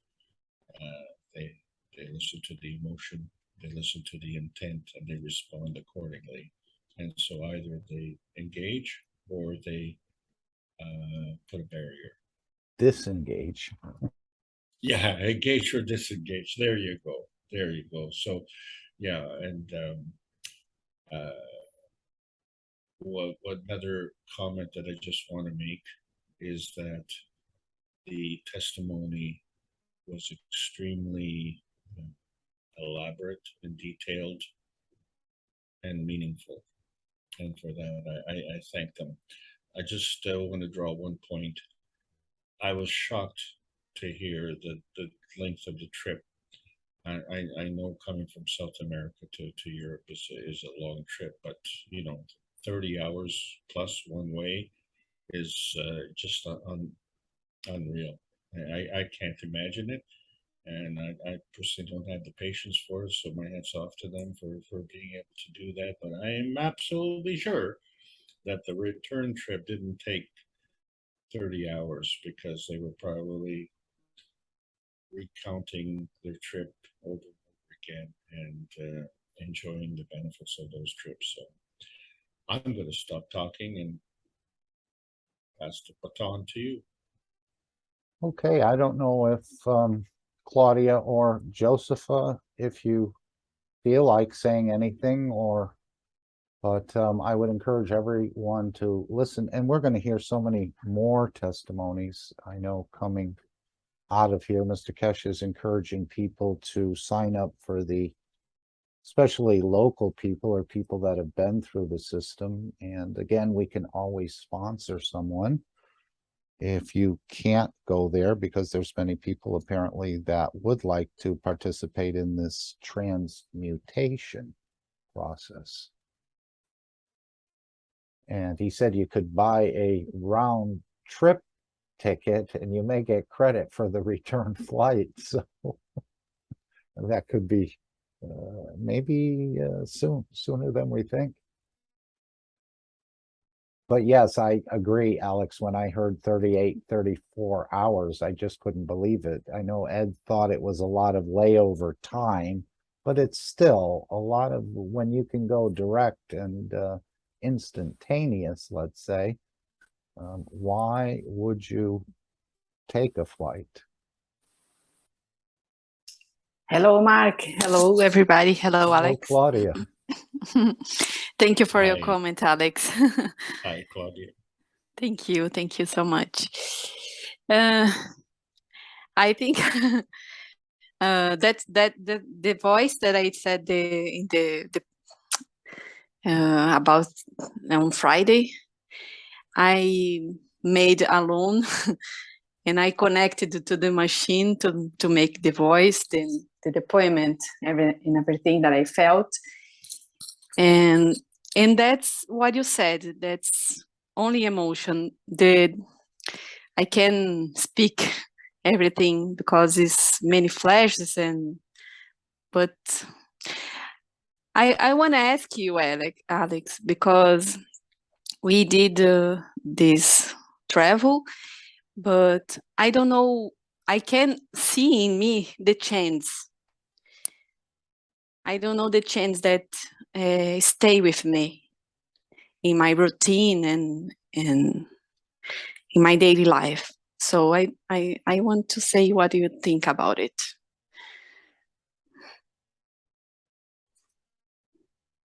I don't know Yep. the other people that enjoy the travel too, You but said you can see the change or you cannot see the change. I cannot see the change in my routine. So, Claudia, first of all, you're very young. And the thing is, as we get older, we pick up a lot of baggage. So I don't think that you have as much baggage as most people to drop off. But you know that the thing is that this is a new experience, and it is adding to your knowledge, and it takes some time to digest. Now, one of the ways that we digest our learning is, as I've spoken before, it has to do with our memory. And the memory actually gets physically imprinted into our brain. And we don't have to physically go there and pick it the way we could go into a garden, say, and pick a tomato. It's there on demand when we need it, and it's available not just to us in our consciousness, but us in our subconsciousness, the part that we grow, we breathe, our organs create, our immune systems create it, and everything else. And so that part of your system is automatic. What is most profound about this experience is that you remember it. And you need to compare that to the memory that you had before you were born, which I would submit in consciousness would be zero. But it can't be zero because you were born with the knowledge of the universe. So you don't remember it in your physicality because that's the point. The point of your physicality is to increase your memory and to be able to add that to your original memory. And you have been able to now do this. And when you come to that realization, well, I'll tell you what happened to me. I fell down. In fact, I fell out of bed. So, you know, when you're lying in bed, how do you fall out of bed? You know, I mean, that's how ridiculous it is. And I think that will happen to you. And at that moment in time, it will change you, because at that point in time, you will realize what is important or what is not important, and so the priorities in your life will change. And I think all of us are going to go through this. Some of us are going to go into a shocking way. Yours is going to definitely be more graceful, because first of all, and I'm going to include Josepha in this, is because your intent is true. So it's a lot easier. It's a lot more graceful. Where it's going to be a problem is for those people who resist. It's like that little child, you know, in the corner, and you say, mommy says, okay, we have to go. No, I don't want to. Well, those are the ones who are going to have the problem. So obviously you put up with that exceedingly long trip, and that was the indication of your indomitable spirit, right? Because if you were to sit back and say, oh, you know, I'm going to go on this trip and it's going to be 30 plus hours, A lot of people are going to say, well, you go ahead and I'll just stay behind. But you went, and because you had an eternal faith. Well, where did that faith come from? And so what you have is that you have been able to do something that all of the knowledge seekers here are looking forward to doing, is to be able to go into outer space. And you have done that. And what you have done is demonstrated the benevolence of the universe, because you could go there in safety with no accidents, and that you could come back in safety with no accidents. And now you are no longer that person that you were as a child in terms of knowledge. You have added to that knowledge. But I'll tell you what is going to be the big payoff, and it's going to be truly wonderful, is you will find a greater peace and contentment in your life, and then you will also find that your vitality will be so much greater. Yes, I agree. Thank you so much. I agree all that you said. I am giving you this from a point of because I haven't done it myself.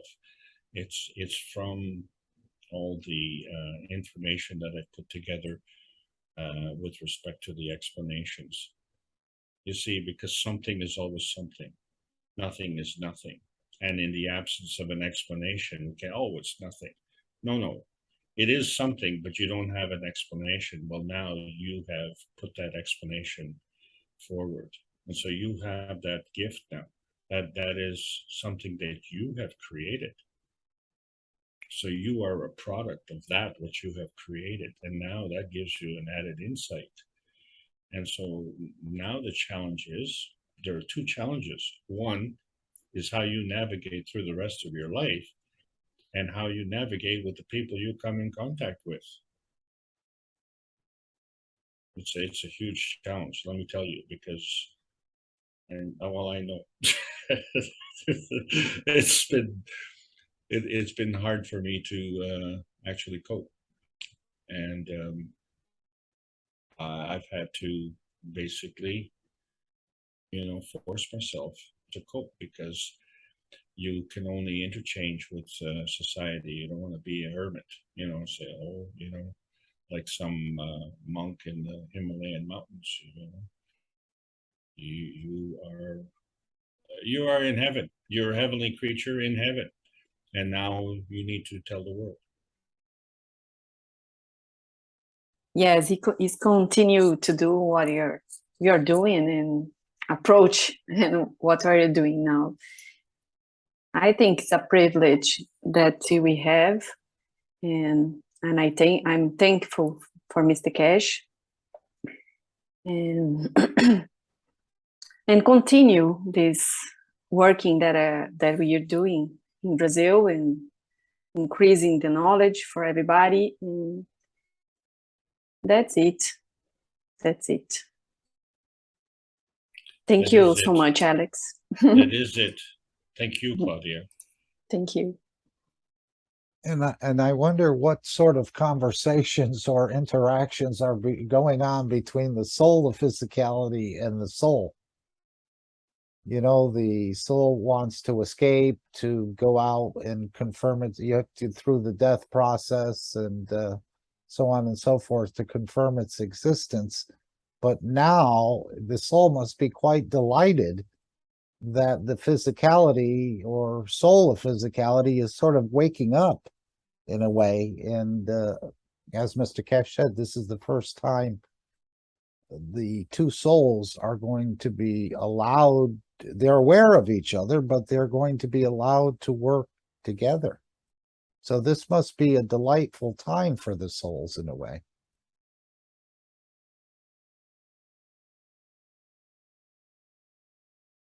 Would someone else like to bring up a question, a thought? I can play another clip.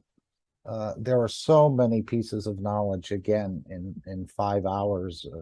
we heard Lisa's, which I'll play part of it, maybe the first 10 minutes at the end there, about the plasma gases and the elevation of the soul. But another, just like the cell phone, we don't have to understand it completely to be able to use it. May I add one more thing? Sorry, Alex, go ahead. Okay, Jalal, right after me, please, here. The one of the big problems on this planet is the deception. And the deception comes in the form of a lie. And one of the big problems that I had was that I needed a lie detector to detect the lie. And then when I found out that I don't need a lie detector, that I myself could be a lie detector, I ran into another problem which I totally didn't expect, and that is that I had to, when someone whom I was speaking with was telling me a lie, I had to pretend that I believed them, so as not to A, hurt their feelings, but B, so that I don't get into an argument with them. Because if you ever get into a discussion with someone who is lying to you and say, oh, yes, but, there's a different point of view. No, you're wrong. Then you come to a point of conflict and say, well, is that the point of conflict that I want? So we get to pick and choose, what our point of conflict is. So I was pretending to believe their lies.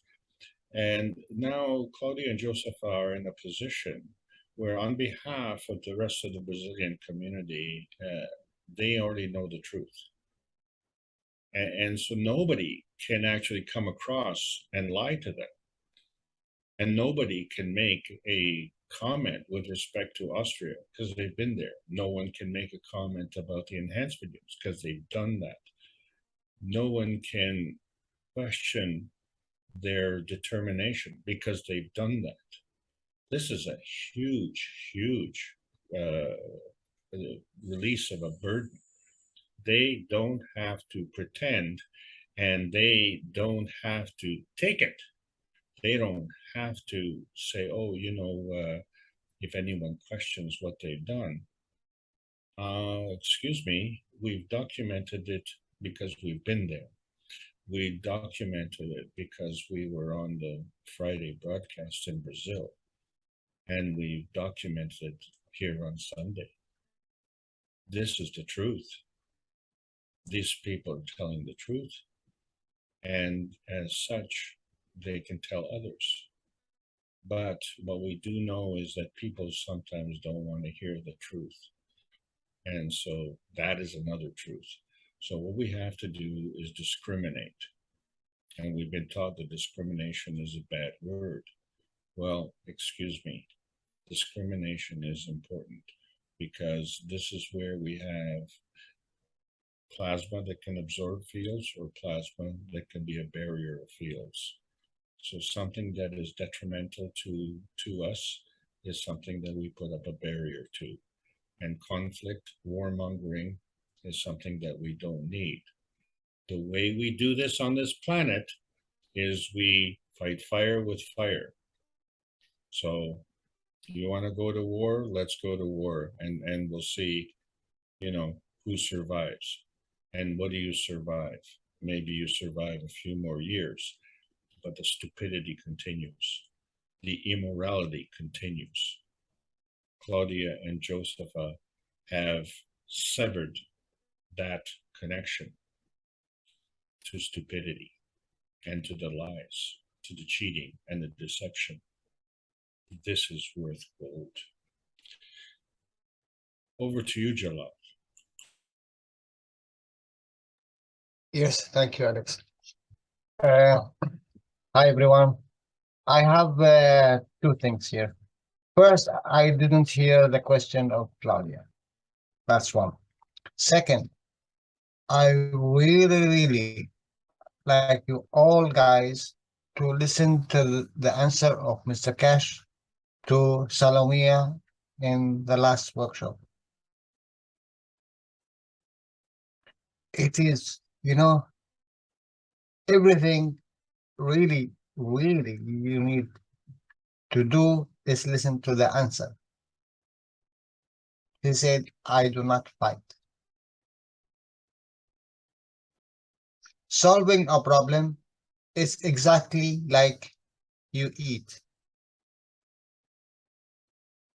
For you to eat, you think you will receive, let's say, energy of 100, but in reality, to receive this energy of 100, you need to spend energy of 800.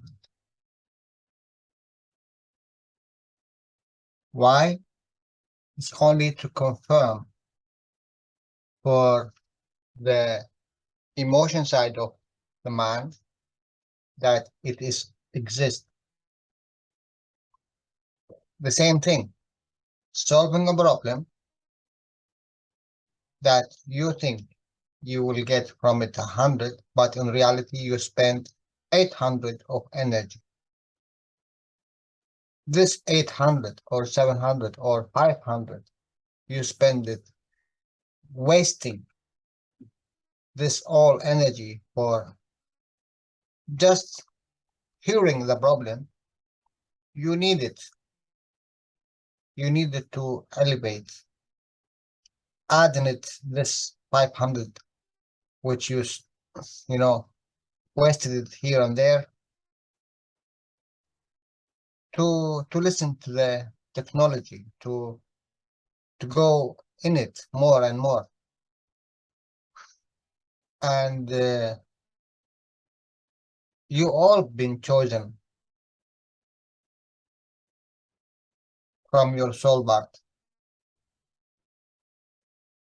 It is the emotion which is fighting to make a place of seeing things. Sometimes I tell the knowledge seekers, I remember one word of Mr. KAKT said, I made the plasma in the water for you to see the gases. Only to see the gases. It's not this what you want. If you see the gases, that means you see a matter state. If you see a matter state, that means you brought up the principle energy, you call it the plasma, the principle plasma, to be weakened enough more and more and more and more and more to be tangible, for you to see it. And then you take this, what you see, and it's make a miracles in all aspects of what we are using it for. So think, guys, if I bring a plasma of 1,000 to see it, it will be a plasma of 10.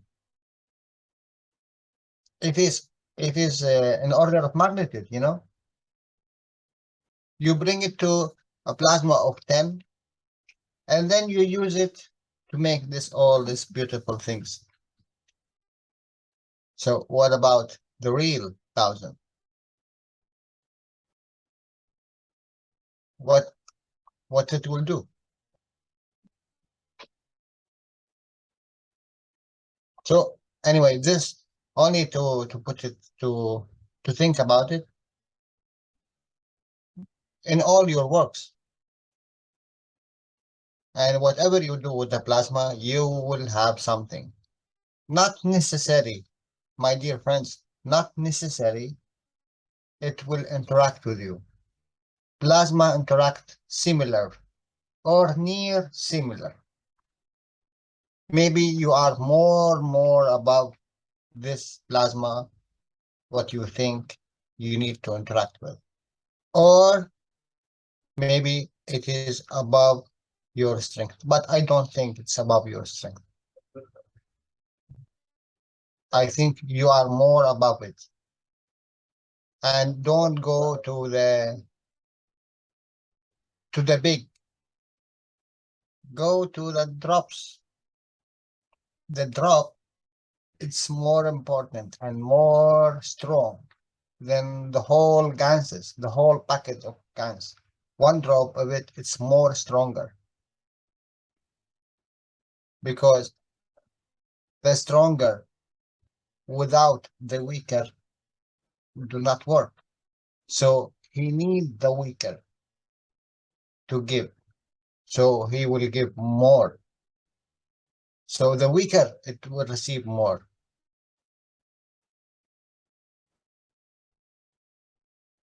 In the plasma, it's really different. Really go to the smaller, go to the weaker, be humble. We used to be very strong, and we still very strong. But in what? In the level of the soul or in the level of the matter state?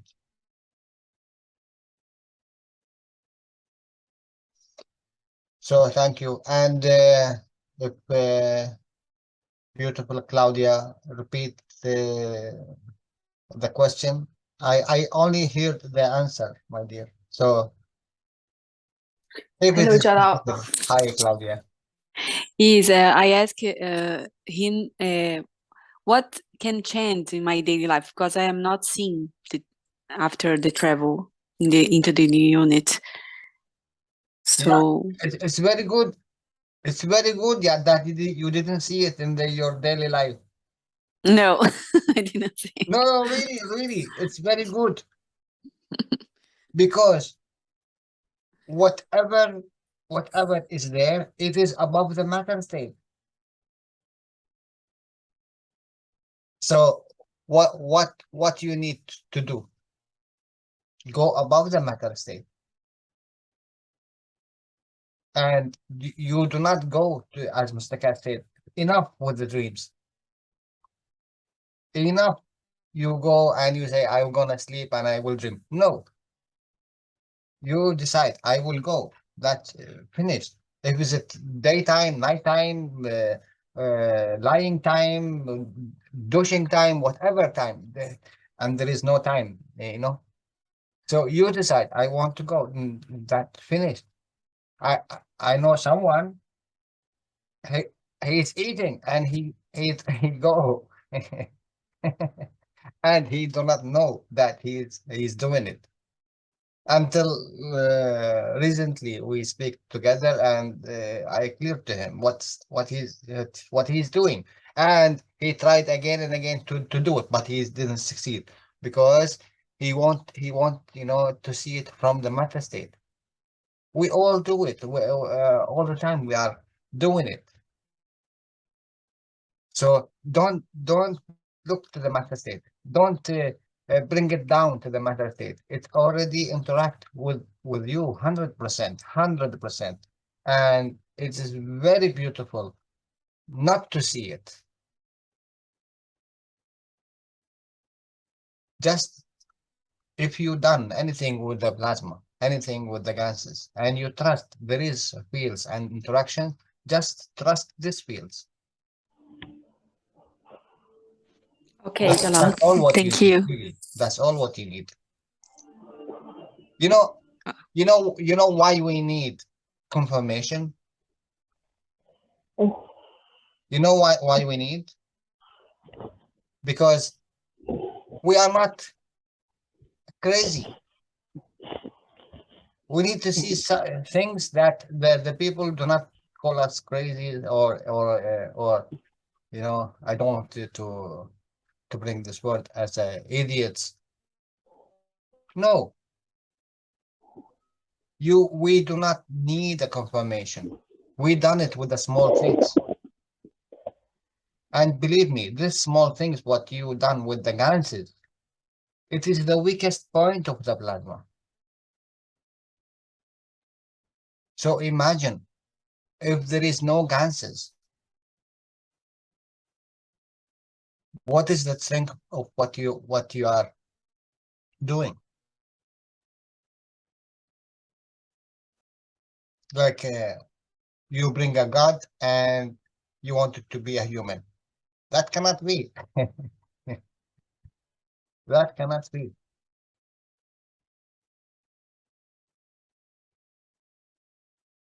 Okay, Claudia, now I understand. Maybe, Thank maybe you, next Jalal. time, maybe next time you will say, okay, I do not need to really. No, Wednesday we talk more. Yeah. Thank you.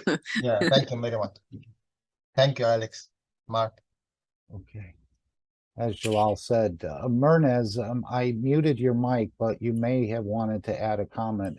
Because we're so physical, we go, as Jalal said, for the bigger and stronger, where Mr. Kesh goes for the smaller and the weaker,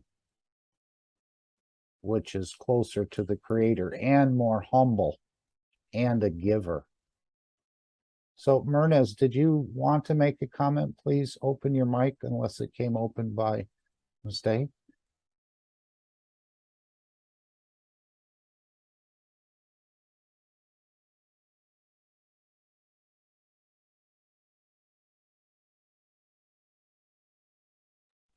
Hello. Sorry Hi. if this is. Hello, everybody. Thank you. Okay, I guess that was an inadvertent opening. Mark, can I ask a question? Everyone can, and I hope they do. Salamia, you'll be next. I know your name was just brought up by Jalal. Go ahead, Alex, and then we'll go to Salamia. Well, the question is for Claudia here. You know, you've now been there. You wanted to go there for a reason, and certainly that reason has been fulfilled. But you know, when you look at the situation, the word that frequently comes up, as especially in the Brazilian community, is doubt. In the North American community, we just call that being from Missouri. But doubt, you've eliminated that doubt. And, you know, surely you've given some thought to that. I wanted to hear your comment on the position that you have now where you don't have that doubt. You actually have that confirmation. It's a non-specific confirmation in terms of outer space, but it's a very specific confirmation in terms of your Earth space, because you were where you are now physically. You went to the space center, you did things, and you came back. There's no doubt you did that. I believe you. Why shouldn't I believe you? You know, I have no grounds to have doubt that you went there. And I'm saying I have no grounds, but you actually have no physical grounds to have that doubt. That has to change your life in terms of your perspective with respect to your life, with respect to your family, and now with respect to the community. Would you be able to comment on that? I think this doubt disappeared because it's not only an imagination anymore. I was there and I felt everything. So I'm not only seeing in the pictures and listening the things. For me, this doubt disappeared, and I think I'm stronger now to say about the foundation, and I think it's increasing now. I'm doing my experiences with the ganses and the waters. I think I'm stronger now in this matter. So the other things I don't know to say about it. One thing, if you experience anything with the plasma, anything, don't tell no one, Okay. absolutely no one. Only you, Inside the machine, you are saying? anywhere, anytime. Okay. You know what? No. Okay, if you approach to tell anyone, that means you want a support, and that what you really going in, and that support goes in the level of the emotion, not in the level of the soul. The soul do not need a confirmation. Guys, all of you, if you experience anything with the plasma, anything, you can tell it only and teach it only for a knowledge seeker, because he is also in the same level. But don't tell it to any outsider,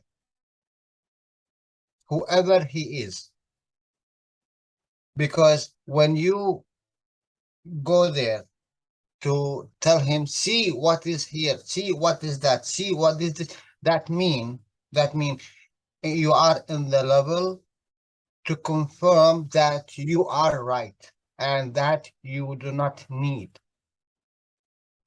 Mr. Cash, I remember in the private teaching, he's telling and he's teaching, when you see a man after these teachings, you will understand what is the position of the soul.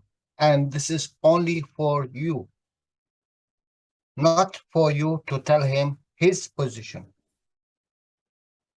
to confirm that you are right or you are wrong. No way. You're bringing the level of the soul to the emotion side lower. That cannot be.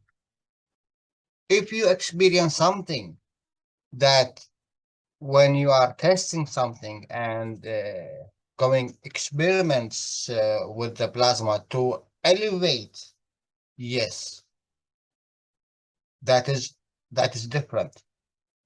But with you inside your plasma, your soul, please do not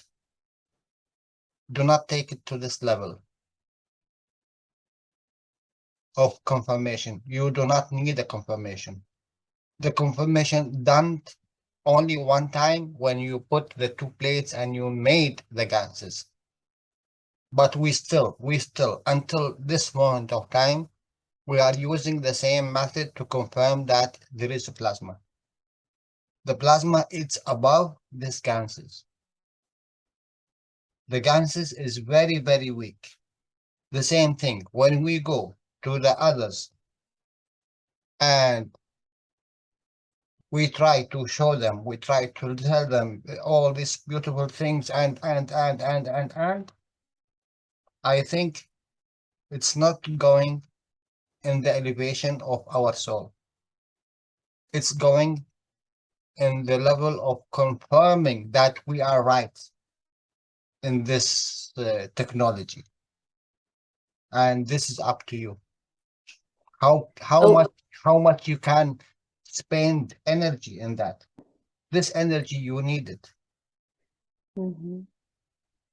I was invited, Jalal, to do a live with a journalist in Brazil that is he has many people in the channel, and he wants to do a live after I went to the unit. So I don't. You think I don't? No, how can I say? no. If you are to working, say about it. yeah, if you are working with the plasma gases and all of it, yes, you can do it because this is experiment with the matter state plasma. Everyone, he can do it. But if you go with your energy level of the soul No, you do not need a confirmation from anyone. You know, when we went with the hands, anyone in the whole world, he can do it, and he can, you know, test it. It's very, very, very simple, and you can put the two hands together and you see the tingling and the feels. You know, he can feel it. But above this one, which is inside us, the interaction of the souls, the interaction of the soul of physicality with the soul of the man, the soul of the man with the emotion, you know, this do not need to go out unless you are in a class and you are teaching for the same level. Knowledge seekers, yes, you can do that. But for outside, no, you do not need a confirmation in this level. You tell them there is a thing you can do. You go first with these small things, ganses, and see what is the beauty of this fields interaction. But you know what? This is one of a trillion which you have, and 100% you experiment so many things. You already, you know, done it before, but you do not know that is in this category. Like, you know, the dreams, you will, and then when he open up and he will, everyone he dream, everyone he travel all the time, everyone feel, everyone when he think about someone he will ring him, or he accidentally he will see him, but there is no accident. Then you will open up for him and you tell him, you know what, don't go anymore, that is a dream. And this is the beauty what Mr. Caston latest workshop he said, finish with the dreams. There is no more dreams. He say, I go. You decide. So many times I told the UC member and UC supporters, guys, you done it once. You do not need to do it twice. Twice, that means you bring it down. You know what I'm speaking about? About the 5-minute silent. You do not need a 5 minute of silence. You do not need a 1/1 of silence. You do not need it. You go there. You do not go. You do not need to go to sleep. To go to the dream. To go to trouble. It's too much time. You do not need it. Now you need to practice. I go. Okay, I didn't go in 1 day. Okay, no problem. It is a learning process. I will go. Okay, I need 1 week. I will go. I need 1 day. I will go. I need 10 hours. I will go. I need 1 hour. I will go. I will need 1 minute. I will go. I need 1 second. I'm there. I do not need a second. It is a learning process. How we learn? What we decide, my dears. This is the beauty. What you decide. Now you have the chance to decide because you gain it. You gain the trust of the soul to give you the steering. It's only a trust. That's all. How you trust your child to give him a key of a car? Unless he showed you that he is well trusted to not harm anyone. Then you will give him, because you know now he can drive. Okay. That's all what's happening. So thank you very much. I need to stop here. A direct answer to your question, Claudia, also is that a gateway has opened up for you, and you will see a completely different posture, because you're not the same person you were before the trip. And so now you want to go on this show not for your benefit. Okay, you didn't go to Austria. Well, from my point of view, you did not go to, you know, Austria Idol or American Idol. You know, I don't know if there's a Brazil Idol, but you know what I'm talking about, where people want to go somewhere to be Yes. famous. No, I'm not. I Yeah. don't. So you're not going on this show to be famous. You're going there with the express purpose of connecting with other souls. And so what you've done now is you've opened up a gateway. And why removal of doubt is so important is because you also expose yourself to attack. And when you get attacked, then you really have to be disciplined to not attack back. But you do need to stand your ground. And that is the difference between absorbing and being a barrier. And so you give what your intention is. And so if you go to that, you will succeed in that. You have a huge advantage.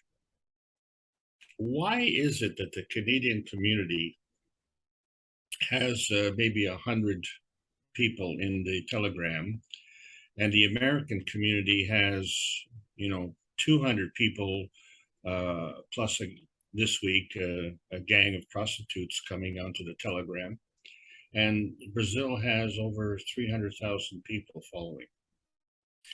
So there is a inherent spirit in Brazil that is absent in North America, and so you can capitalize on that. You have a much, shall we say, wider gateway to go through, and you can bring more. And no one can claim that you are bringing falsehood to you because you have done it. They are confirming and agreeing with you, so you don't have to even bridge that. You are going, but not as a celebrity, as a teacher. And so, you are now at that threshold where Jalal and I were, because I'm not here on Sundays, to be famous. This is not the purpose. And I don't know who comes, and I don't care who comes, and I don't care who agrees with me. What I care about is what I'm bringing, because I have control over that. And so there is always a purpose on that. But how do I know what that purpose is? And especially, how do I know about something that I haven't physically experienced, where you and Joseph have? So you have that advantage. But that doesn't mean that, that I might be in a worse position as a teacher, or Jalal be in a worse position as a teacher. I don't know if he's gone, but you are in a better position. So you can capitalize on that and use that to your advantage, and remain true to the emotion that you had and the intention that you had to go to Austria, which I believe was of a legitimate intention, and that was to learn. That was to interact with the universal community. And so if you go on this, you have to understand that not only the people who are tuned in to that program will hear you, but the universal community will also hear you. And you need to go in there with that intention, so the words will transcend the physical universe. I hope you have a great trip. Thank you. Thank you. Yes. Claudia? Was legitimate. Yes. Claudia, if you use that smile is in that picture and you beam the radiance that you're doing in that picture, Oh, you'll do yes. fine. Thank Are you. you Thank you. reading my mind, my dear? Oh my Thank God. you. Oh my God. Both of them. But I want to say something. I don't know how to with other that allow what was said was very important for me, because these persons is not a knowledge seeker. So I don't know how to say and about these emotions and transcend. I am a little bit anxious and about it. You I just want share. to speak. Yeah, I want You just share what you Yeah. experience. Doesn't matter what anyone thinks. Who Okay, cares? okay. Okay. And if Mr. Kesh didn't want these things shared, he certainly wouldn't have recorded or partially recorded testimonials for others to be able to open up a new dimension in their understanding that there's more than they see, smell, touch, and hear. So you're sharing your experience with the world. And through the souls, it will open them up. It will plant a seed. It will water a seed. It will elevate them in so many ways. The souls will be very glad to hear it, even though the physicality may cast any doubts or shadows on it, because we are so physical, but the souls will be very much elevated to hear your experience.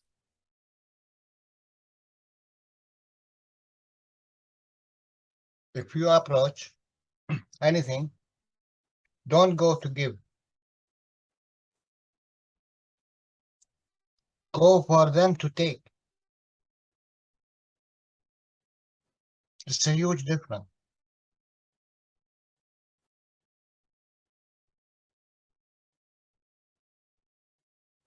And how they will take.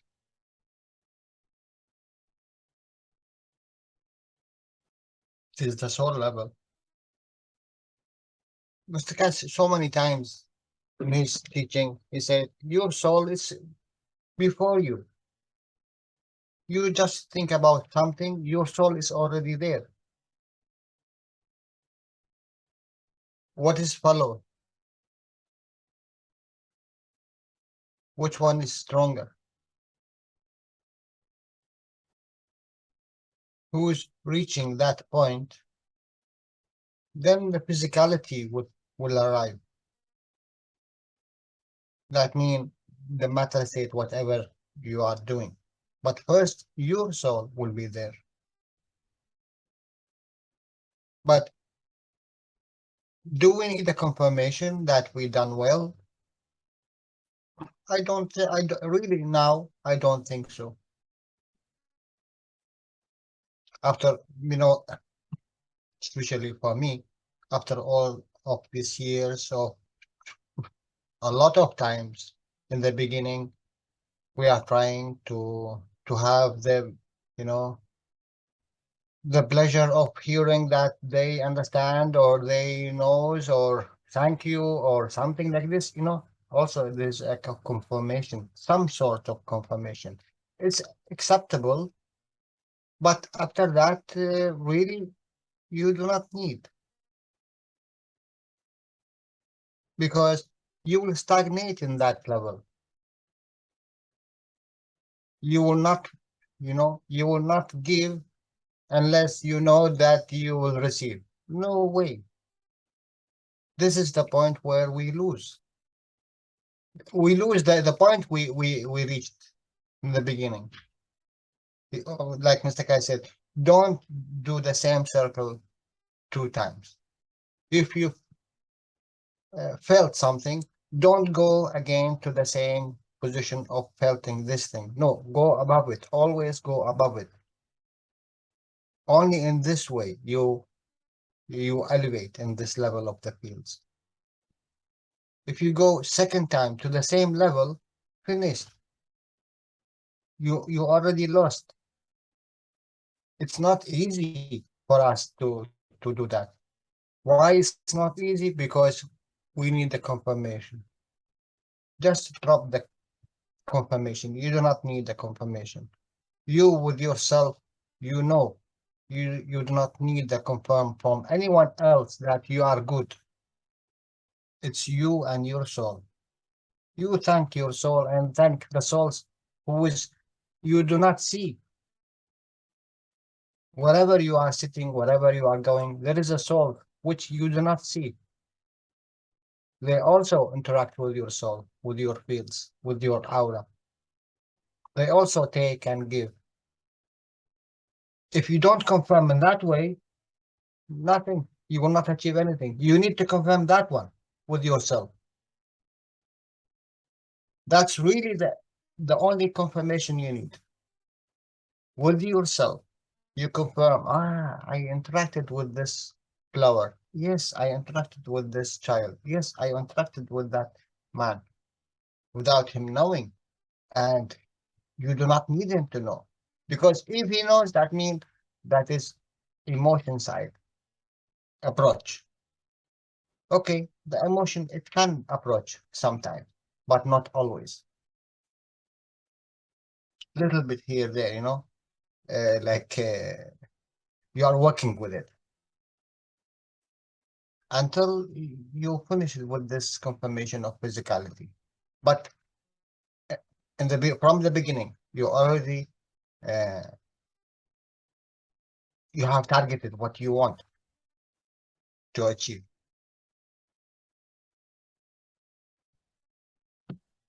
Thank you. Thank Thank you, everybody. Thank you. We are together to change this planet We do not need to change the planet. for a peaceful place. No, you do not need that. Everything is beautiful. Yeah, but inside of me, not Yes, outside of me. exactly. It is the way we approach. Mhm. It is the way we approach everything. Mr. KAKT said, this is the most beautiful time ever happened to Earth. With all this, what you see, before was worse than that, 100 times, million times worse. Now and we are in very beautiful in respect to what was before. So why don't we see that? Because we are living in it. Okay, I want to go out of this box. Now I am interacting with my soul. I know there is a soul. I know it's interacting. So why don't I trust that interaction and increase it and give it more energy? Okay, I take the energy of what I spent in the physical side. I take the energy which I spent in the emotion side and add it to the soul level. It's the same thing when you approach a problem. It's the same thing when you approach eating.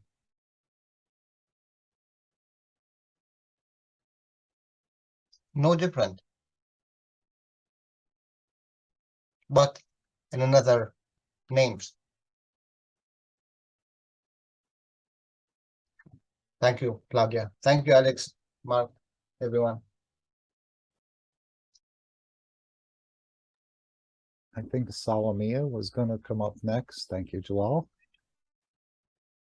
Yes, thank you very much, Mark. Thank you, Jalal, for naming me today. You wake up me.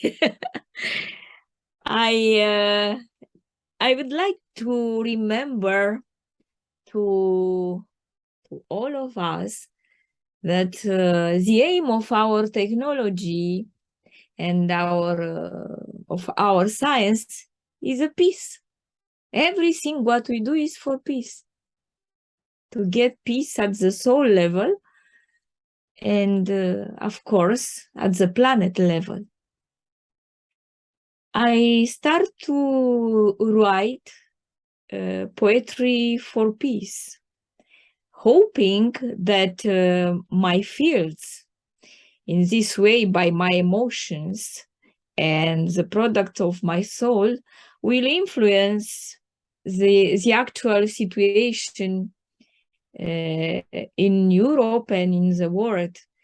And kindly, I asking you to do the same And do not forget that this is our aim on this planet, to bring peace to humanity in order to reach another level of civilization. Without getting peace, it's not possible.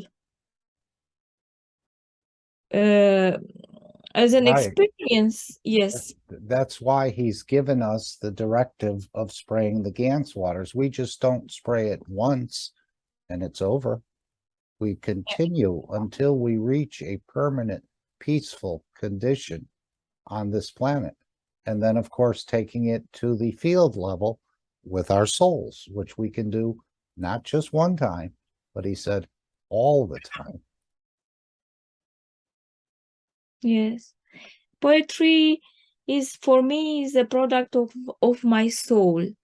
And I am giving, using words which has a material vibration and can change the fields. Today, I just posted my poem dedicated to the peace and to the light,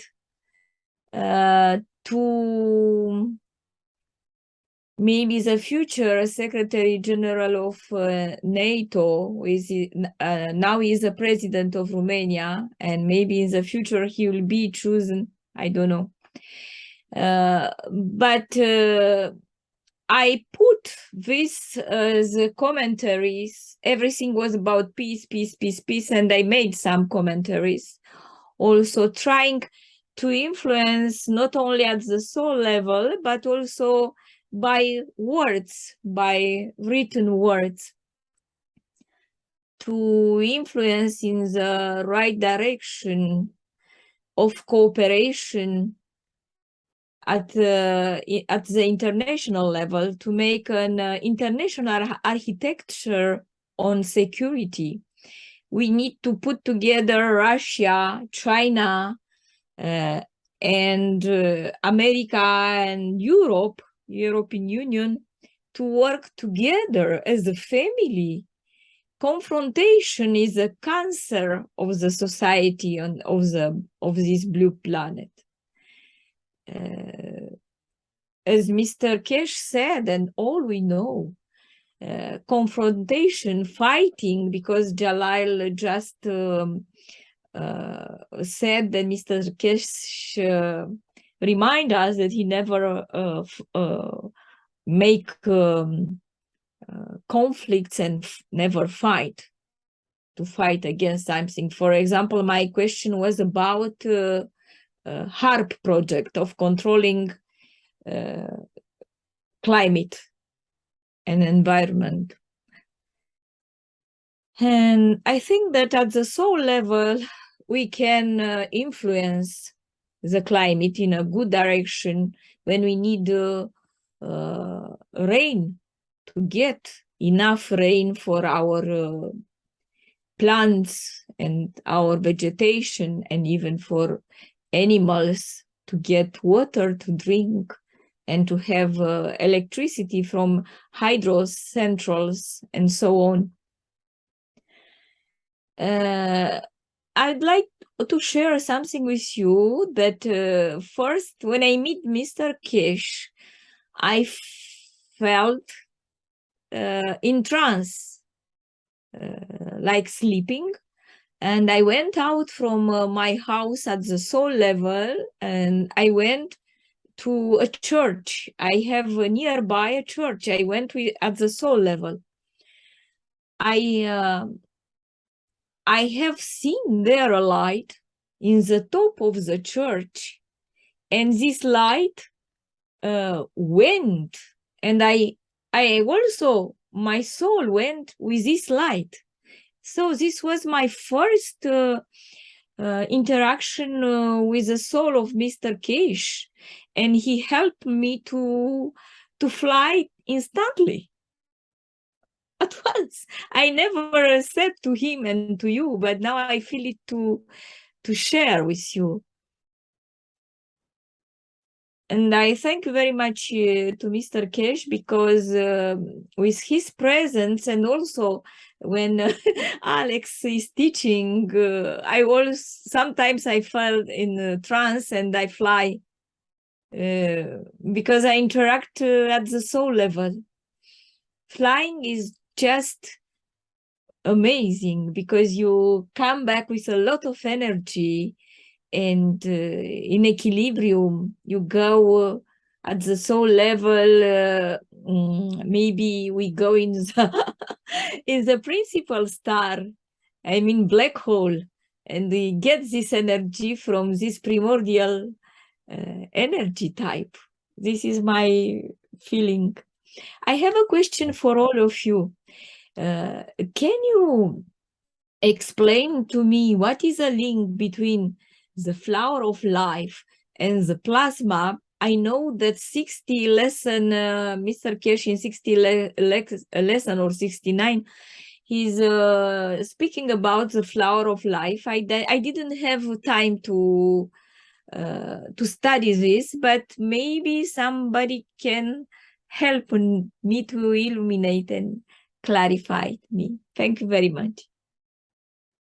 Well, you know, I thought about one of the things you said about fractals, and that you're a fractal or we're fractals.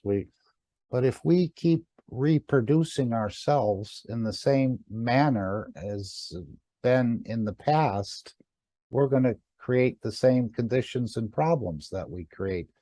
So I think by the elevation of the soul, I was thinking, then we start to create a new form and shape in fields in this way. So we don't want to keep reproducing what we've been producing, which is wars and killing and eating each other.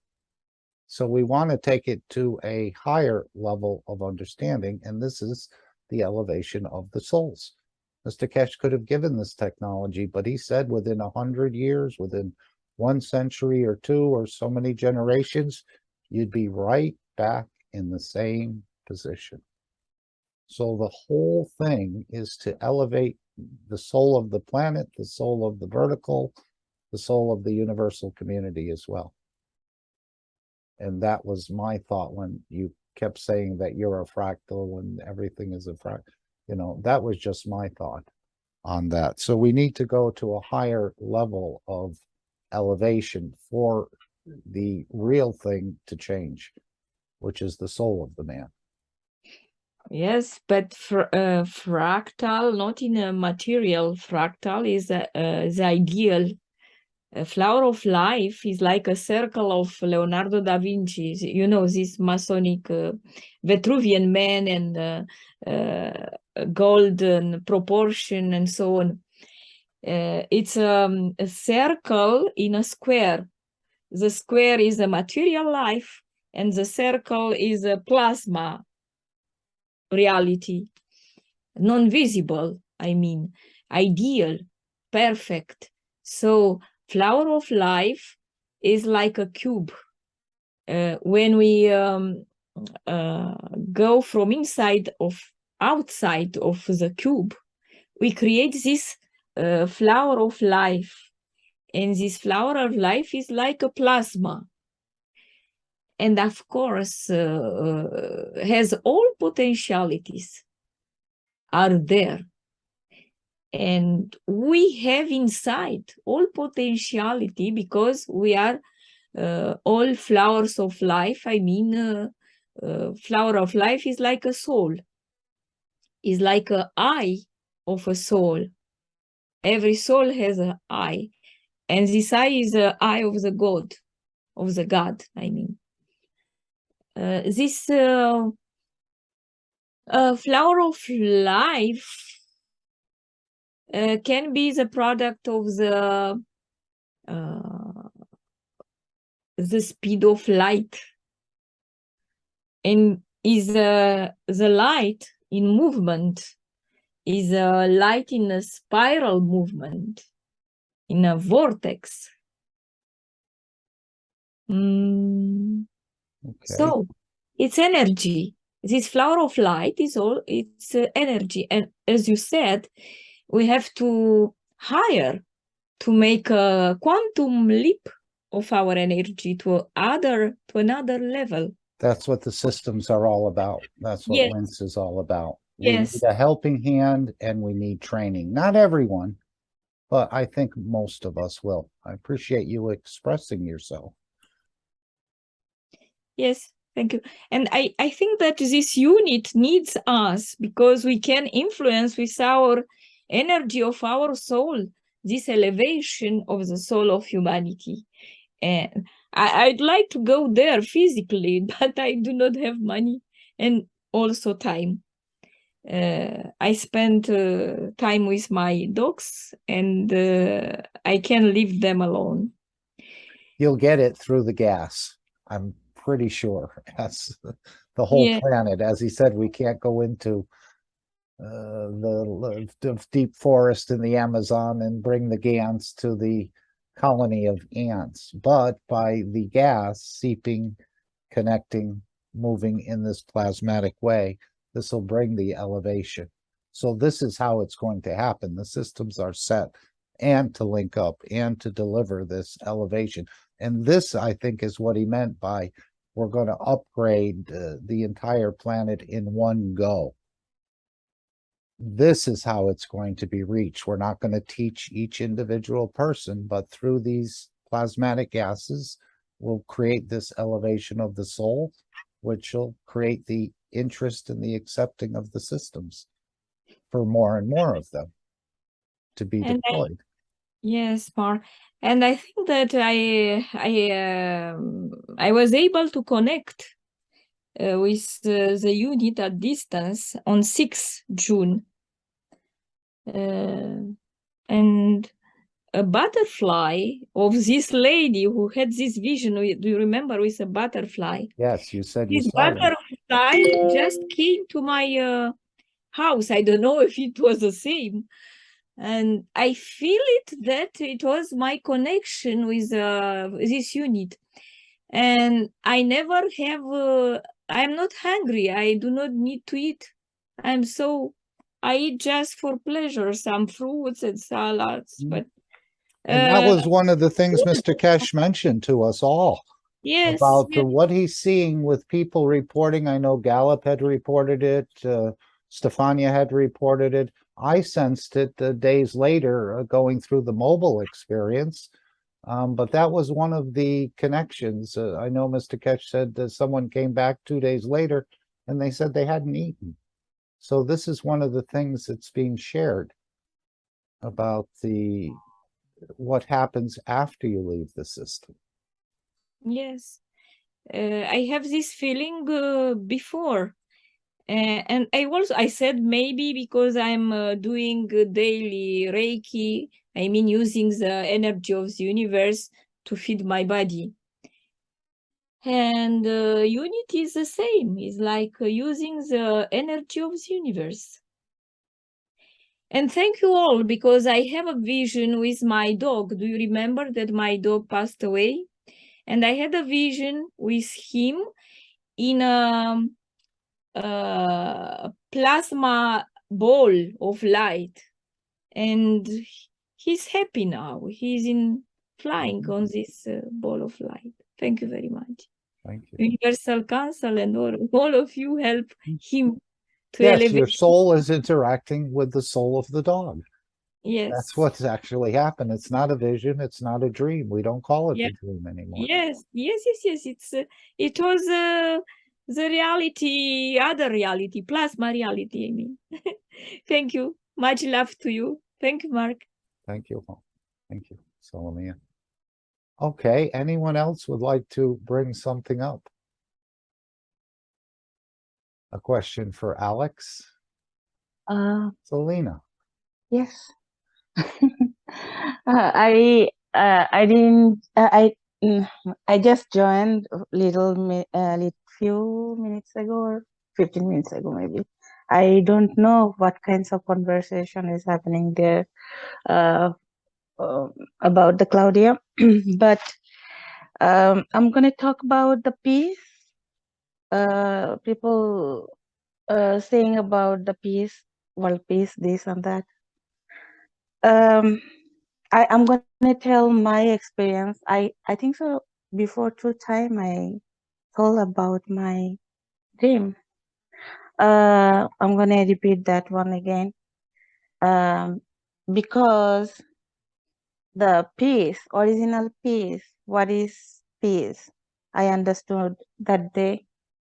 I was sometimes this happened all night we sleep, but we feel no sleep.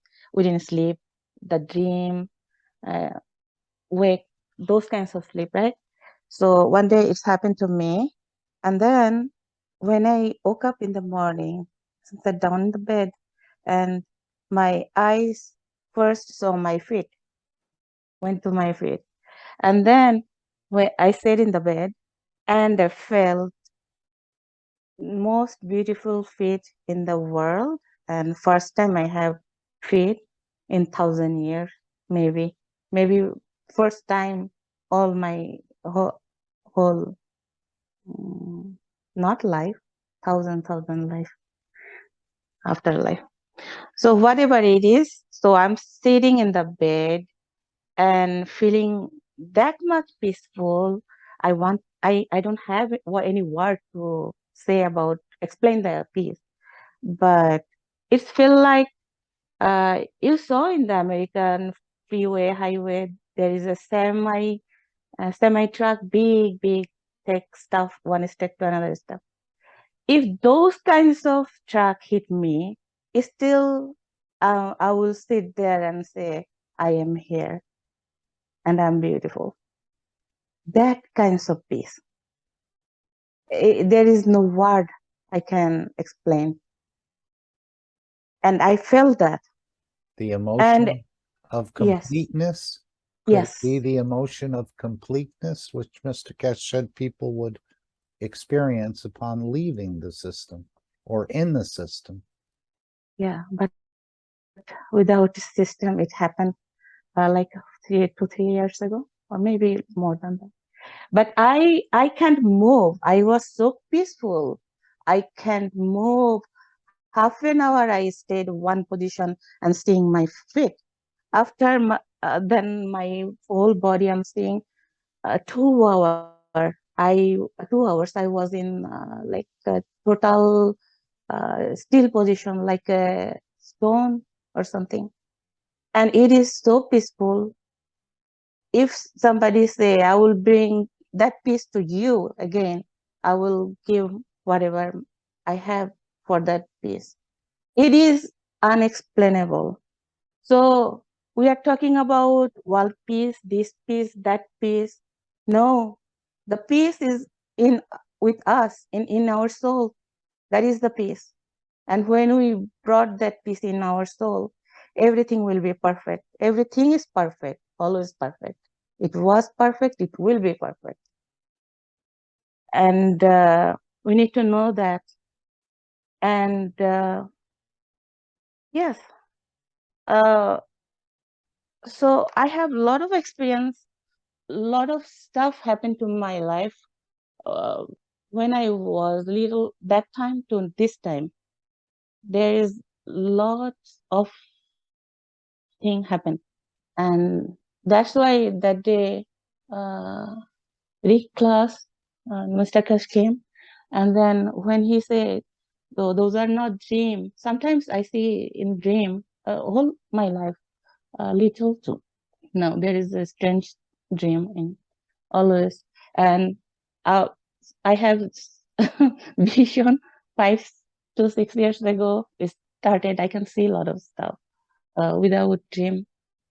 And then whatever it is, a lot of experience. But that day was the is totally different stuff, totally different thing. Just I can think about me. I am present. I'm there. I'm here. Just that is, and that is peaceful. How about the So- balanced fields of the soul of the existence? Yes, yes. That was that. Yeah. He mentions that when he shows the ice cube in one of the bumpers that we play. Yeah. You So I want- sounds like you were in complete balance where you didn't need the physicality, you didn't need the money, you didn't need the food. You were Nothing. just in the balance of the fields of the soul of the existence.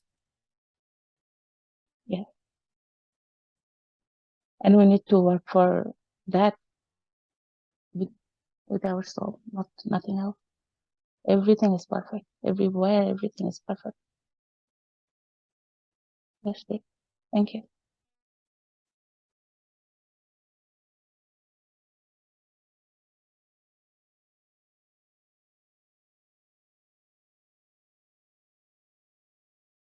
Everyone has a microphone.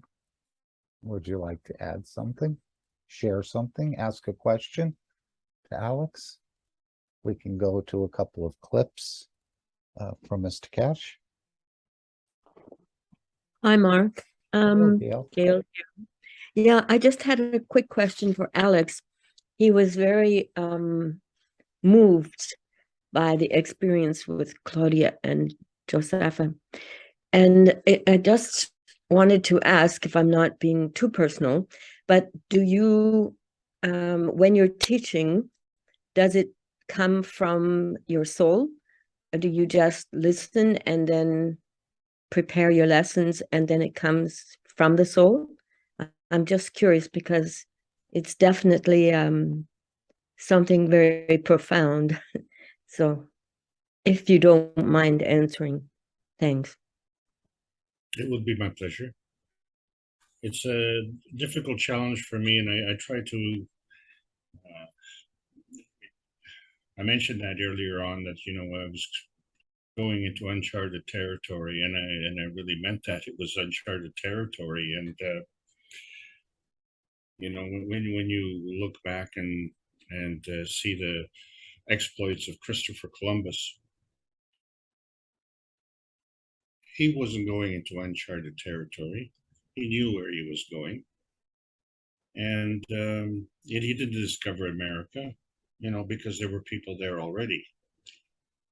He discovered for his own personal use, and the discovery that he made was that he discovered something that was different from what he intended to discover, which is why it became India. He was looking for India, and he didn't know that there was a North America in between. But anyway, the point is that we are going into uncharted territories insofar as our physicality is concerned.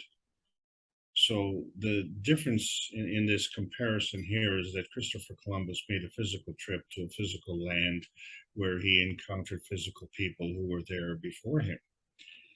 And we are going into a plasmatic land, and we have all been there. And so how do we chart this course?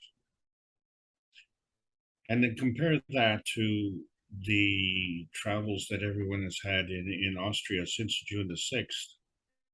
And what is astounding to me is that everybody went safely and everybody came back safely. And any thought of danger seemed to have never crossed anyone's mind. And,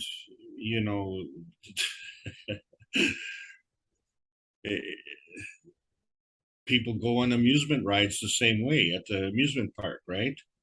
But a lot of people do get hurt on amusement rides at the park, and that's the physicality. So what is the difference here when we go into the plasma reality? And so the plasma reality has to do, first of all, the soul knows. The second of all, the soul will never lie to you. Third, the soul is your best friend. And the fourth is that the universe is a benevolent place. And it's such a good question that you asked here, because I have to ask myself that same question, because I'm definitely going into uncharted territories, and I don't have the advantage right now that Claudia and Joseph have, insofar as that they have physically experienced the process of going to discover America. And they have discovered America, and they found that there were Austrians there. And Mr. Kesh was there, and a lot of other people were there. And they're not making any claims of any discovery in that regard. But what they are discovering is the plasma reality. And they now have that incorporated into them. So I have this already firm belief in the plasma reality. And the only confirmation that I can get is that I'm continuing to do these classes, and I have gone beyond that point where I had this trepidation of going into uncharted territory. So I have to be specific in terms of answering your question as to what is this uncharted territory. So what you have to understand is that the plasma science is not a new science. It's new to us. You know, so if anyone's ever said, oh, you know, I've got a new car, and then you go and you look at it, so, you know, it's a 20-year-old beater, and you say, that's not a new car, that's a 20-year-old car. Well, it's new to me. And that's what the plasma science, it's new to us. But what is different? And the difference is that there are two communities, scientific community and the spiritual scientific community, and there's a reality, and there has been no coming together of that. And so when we look at our reality, what we think is our reality, we find that our reality is that little tiny red dot in the bottom of the right-hand corner of the universe. And the vast expanse of the universe is also part of our reality, and we're not experiencing that. And the reason for that has to do with the limitations of science. And so if I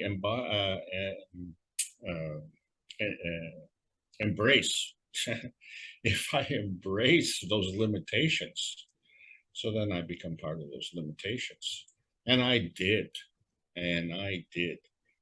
And the shocking part for me was that when I discovered that we had a way to deal with cancer, where I struggled for 8 years, and then in a matter of 8 weeks, the cancer was gone. Now I had the same problem that Claudia and Joseph have. I know the truth, but, you know, I thought, well, this is great. And everybody was telling me that they wanted to know the truth. So I wanted to tell people the truth. And then I found out, well, they didn't want the truth. So the truth was that they didn't want to hear the truth. They just wanted to hear the lies. And I thought that's strange, because it had a significant impact on my life.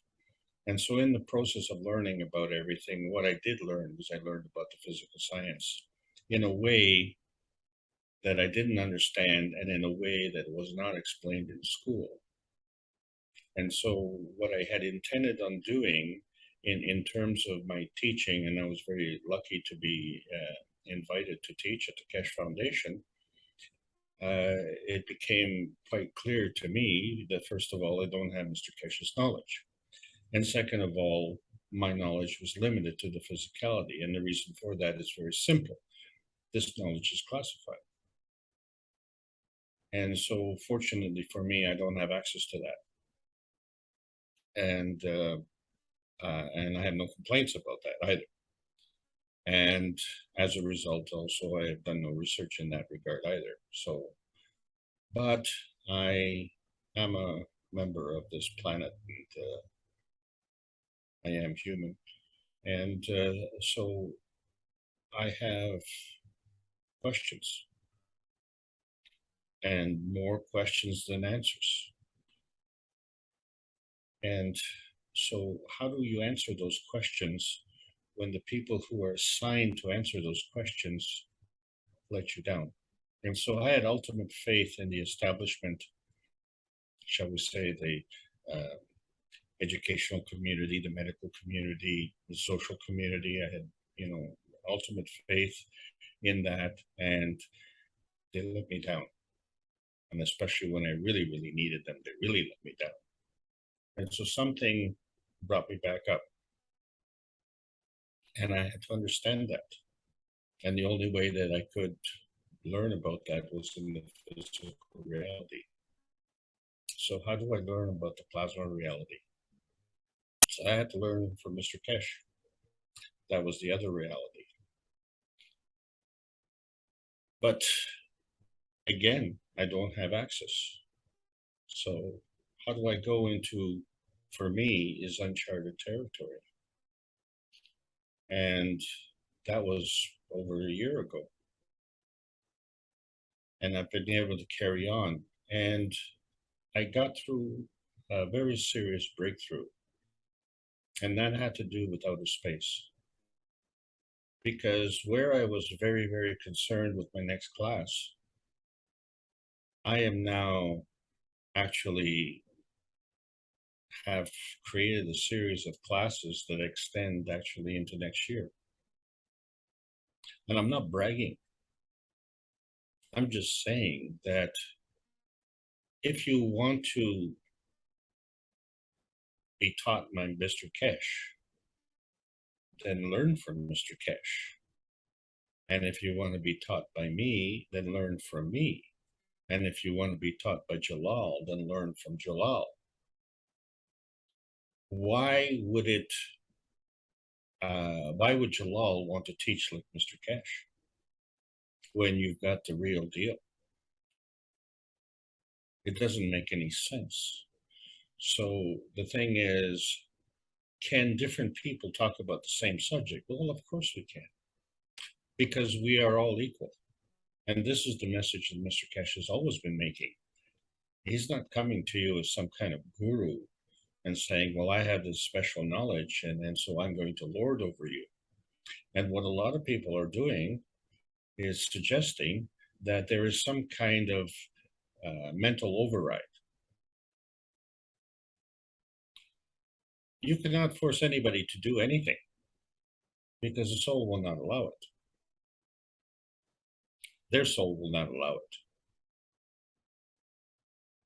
So what is stopping that soul from understanding what the universal community is doing?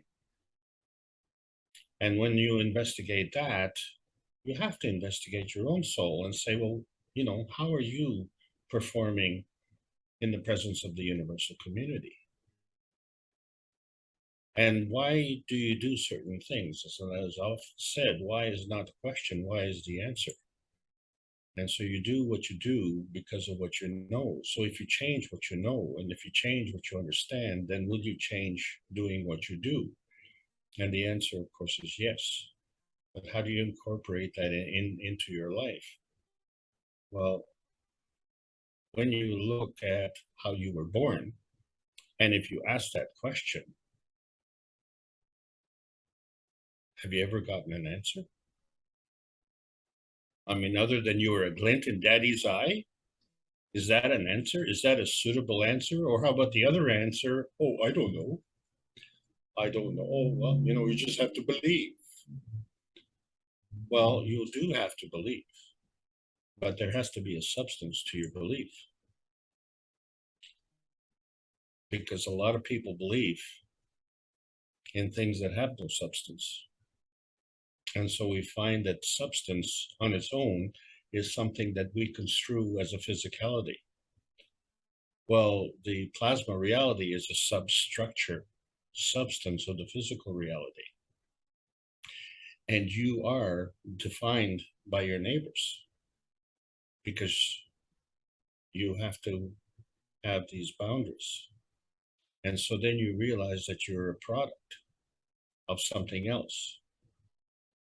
So you are not the product, you are something else.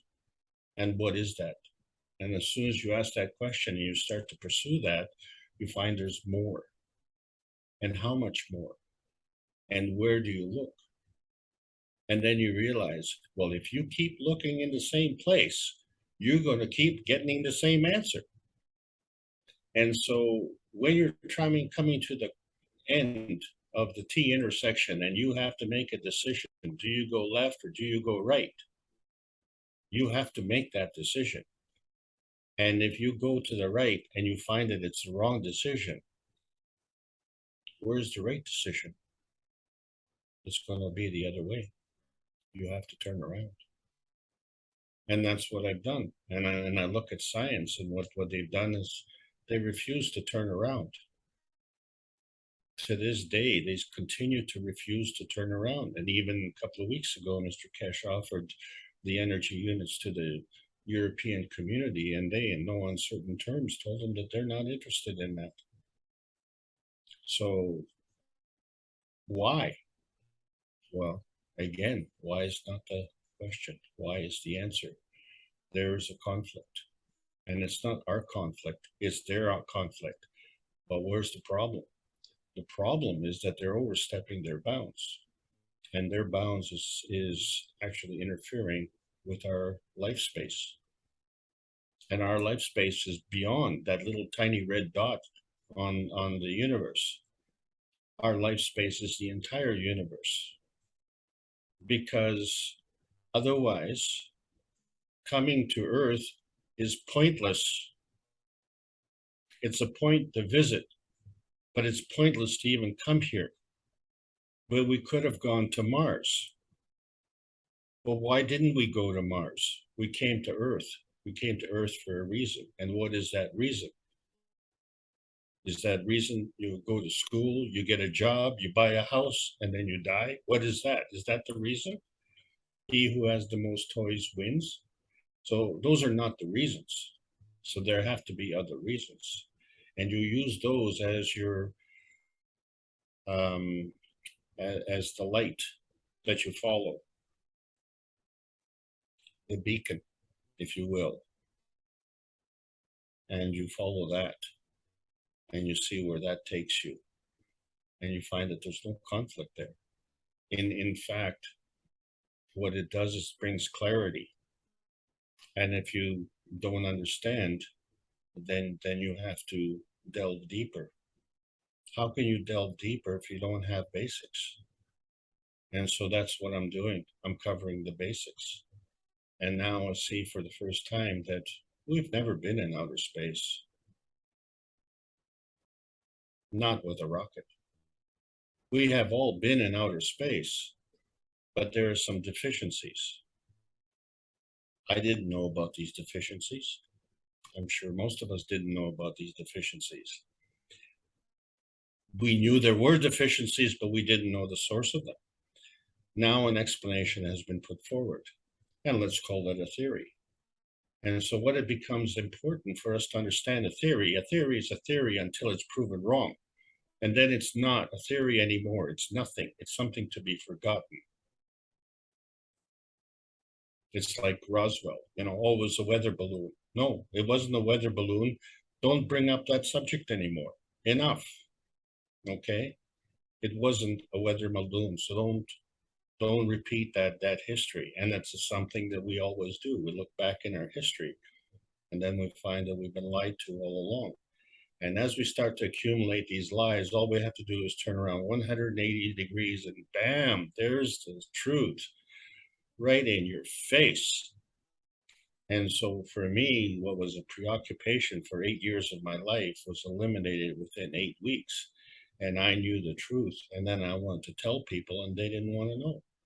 And to this day, they still don't want to know. People still, to this day, don't know the difference between the physical reality and the plasma reality. And we're at the point where we're looking for a physical cure for cancer.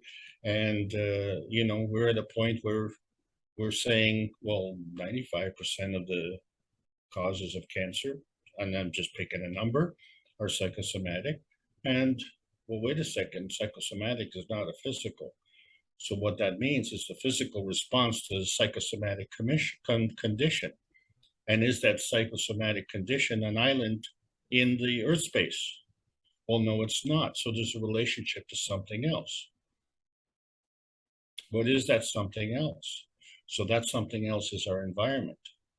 So We are part of that environment. Our environment is our own man space. And part of that environment is the earth space. But both of those things are the product of something else. So that's not where we need to focus, because that is the focal point. So, you know, when you look at things, you look with your eyes. But if you understand that your eyes move digitally, but your understanding is analogous. And what does that mean? That means the eyes focus on a spot, but there's a space in between. So our eyes move spot to spot to spot to spot. Who fills in the blank?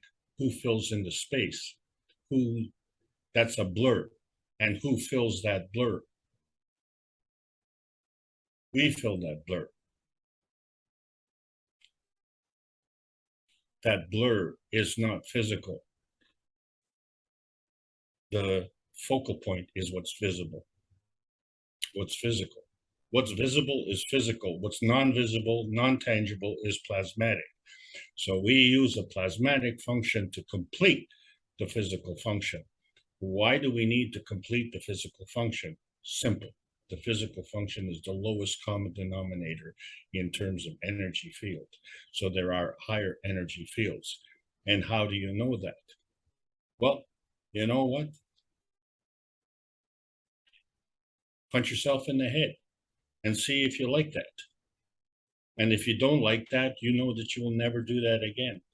And so that's a physical response to your own emotion. So your emotion dictates the terms. And if your emotion dictates the terms, then the question is, what dictates the emotion? And so one thing follows another thing, follows another thing, follows another thing. So that's the yellow brick road that we have to follow. And you have to have this faith. And the problem that we have with this is because one of the limiting factors beyond what we talked about, the scientific community, is our own fear factor.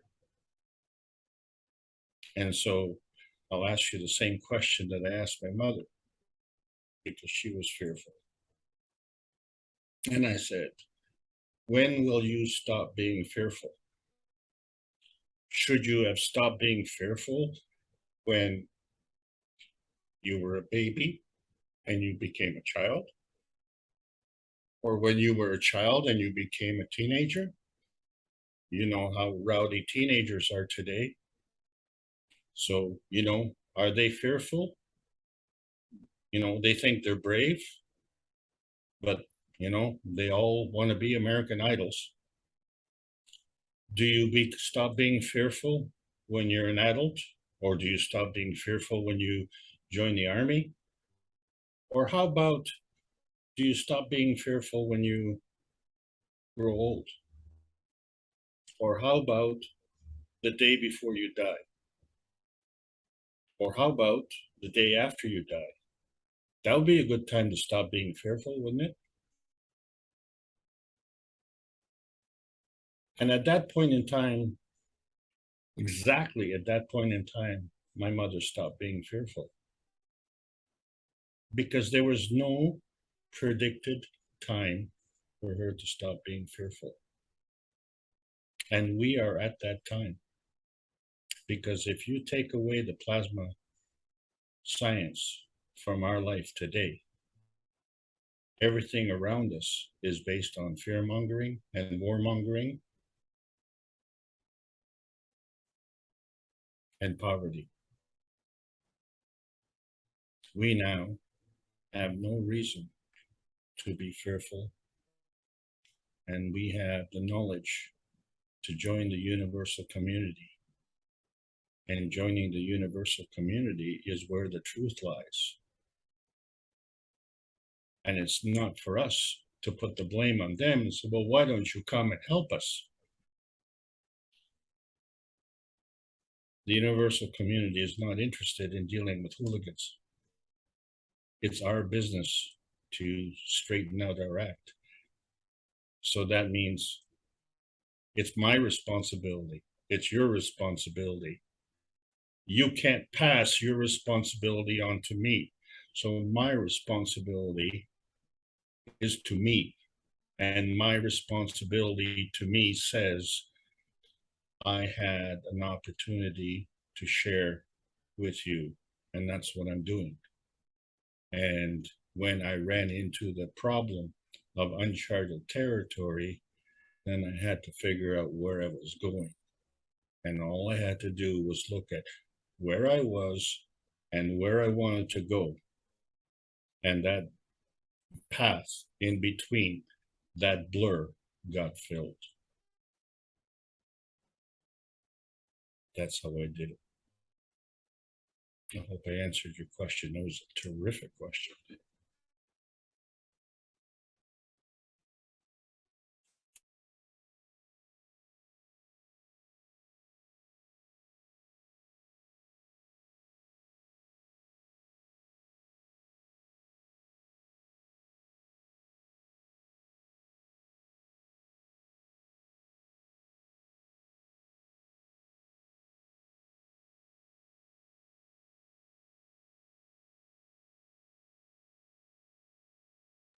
All right. Can we hear from someone that we don't usually hear from, perhaps? Thank you, Gail, for the question, and thank you, Alex, for the detailed answer.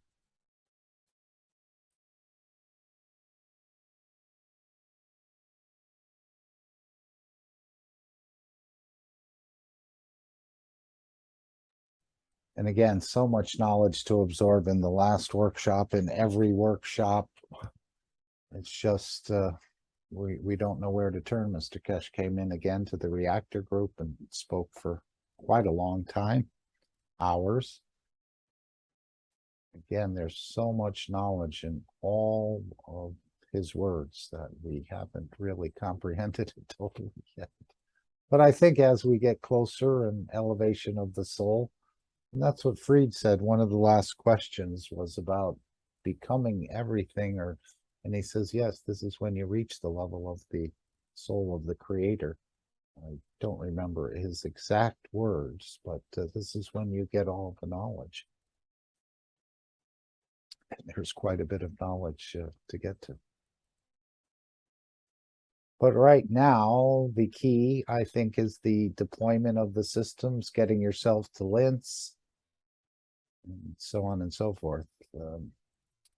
I really feel that's what Nikolai was asking Mr. Kesh. What did he feel the most excited about? And he said the flight systems, the gas systems, and the energy systems. So this is what he's most excited about today.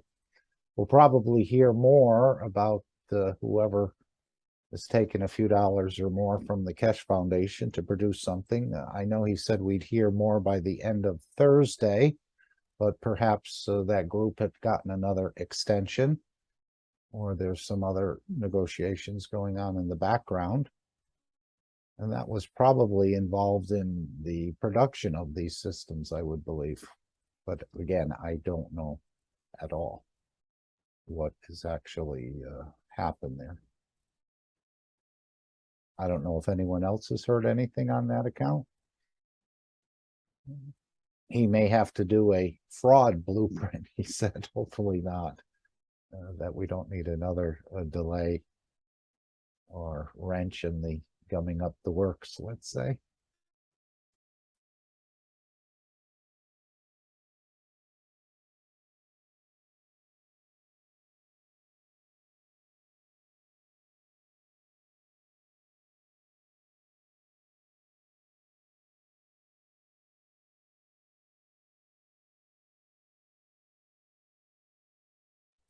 Anyone else want to bring something else?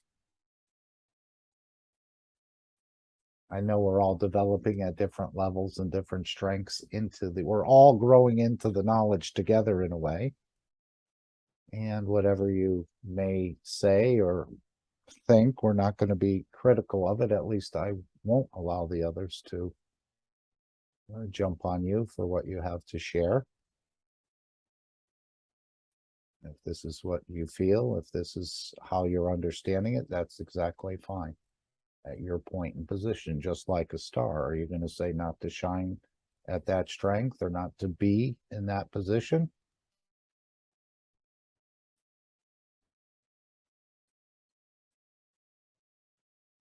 And as Rick said, we may see the economies of scale kick in.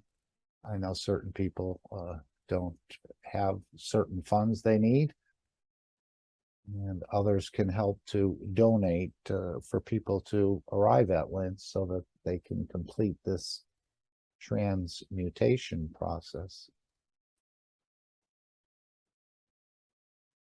And there's so many beautiful clips in the 4.4.5.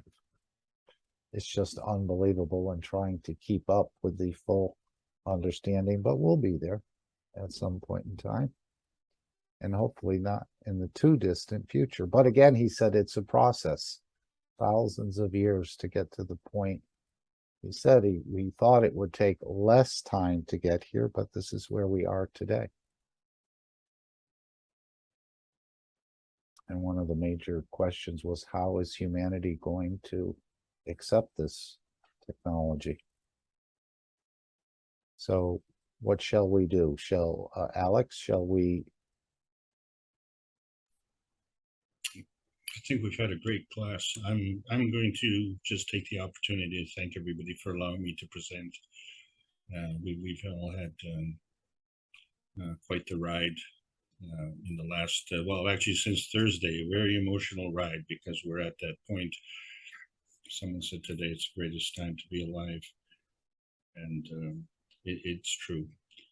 And so our journey continues, and I'm going to pass it over to you, and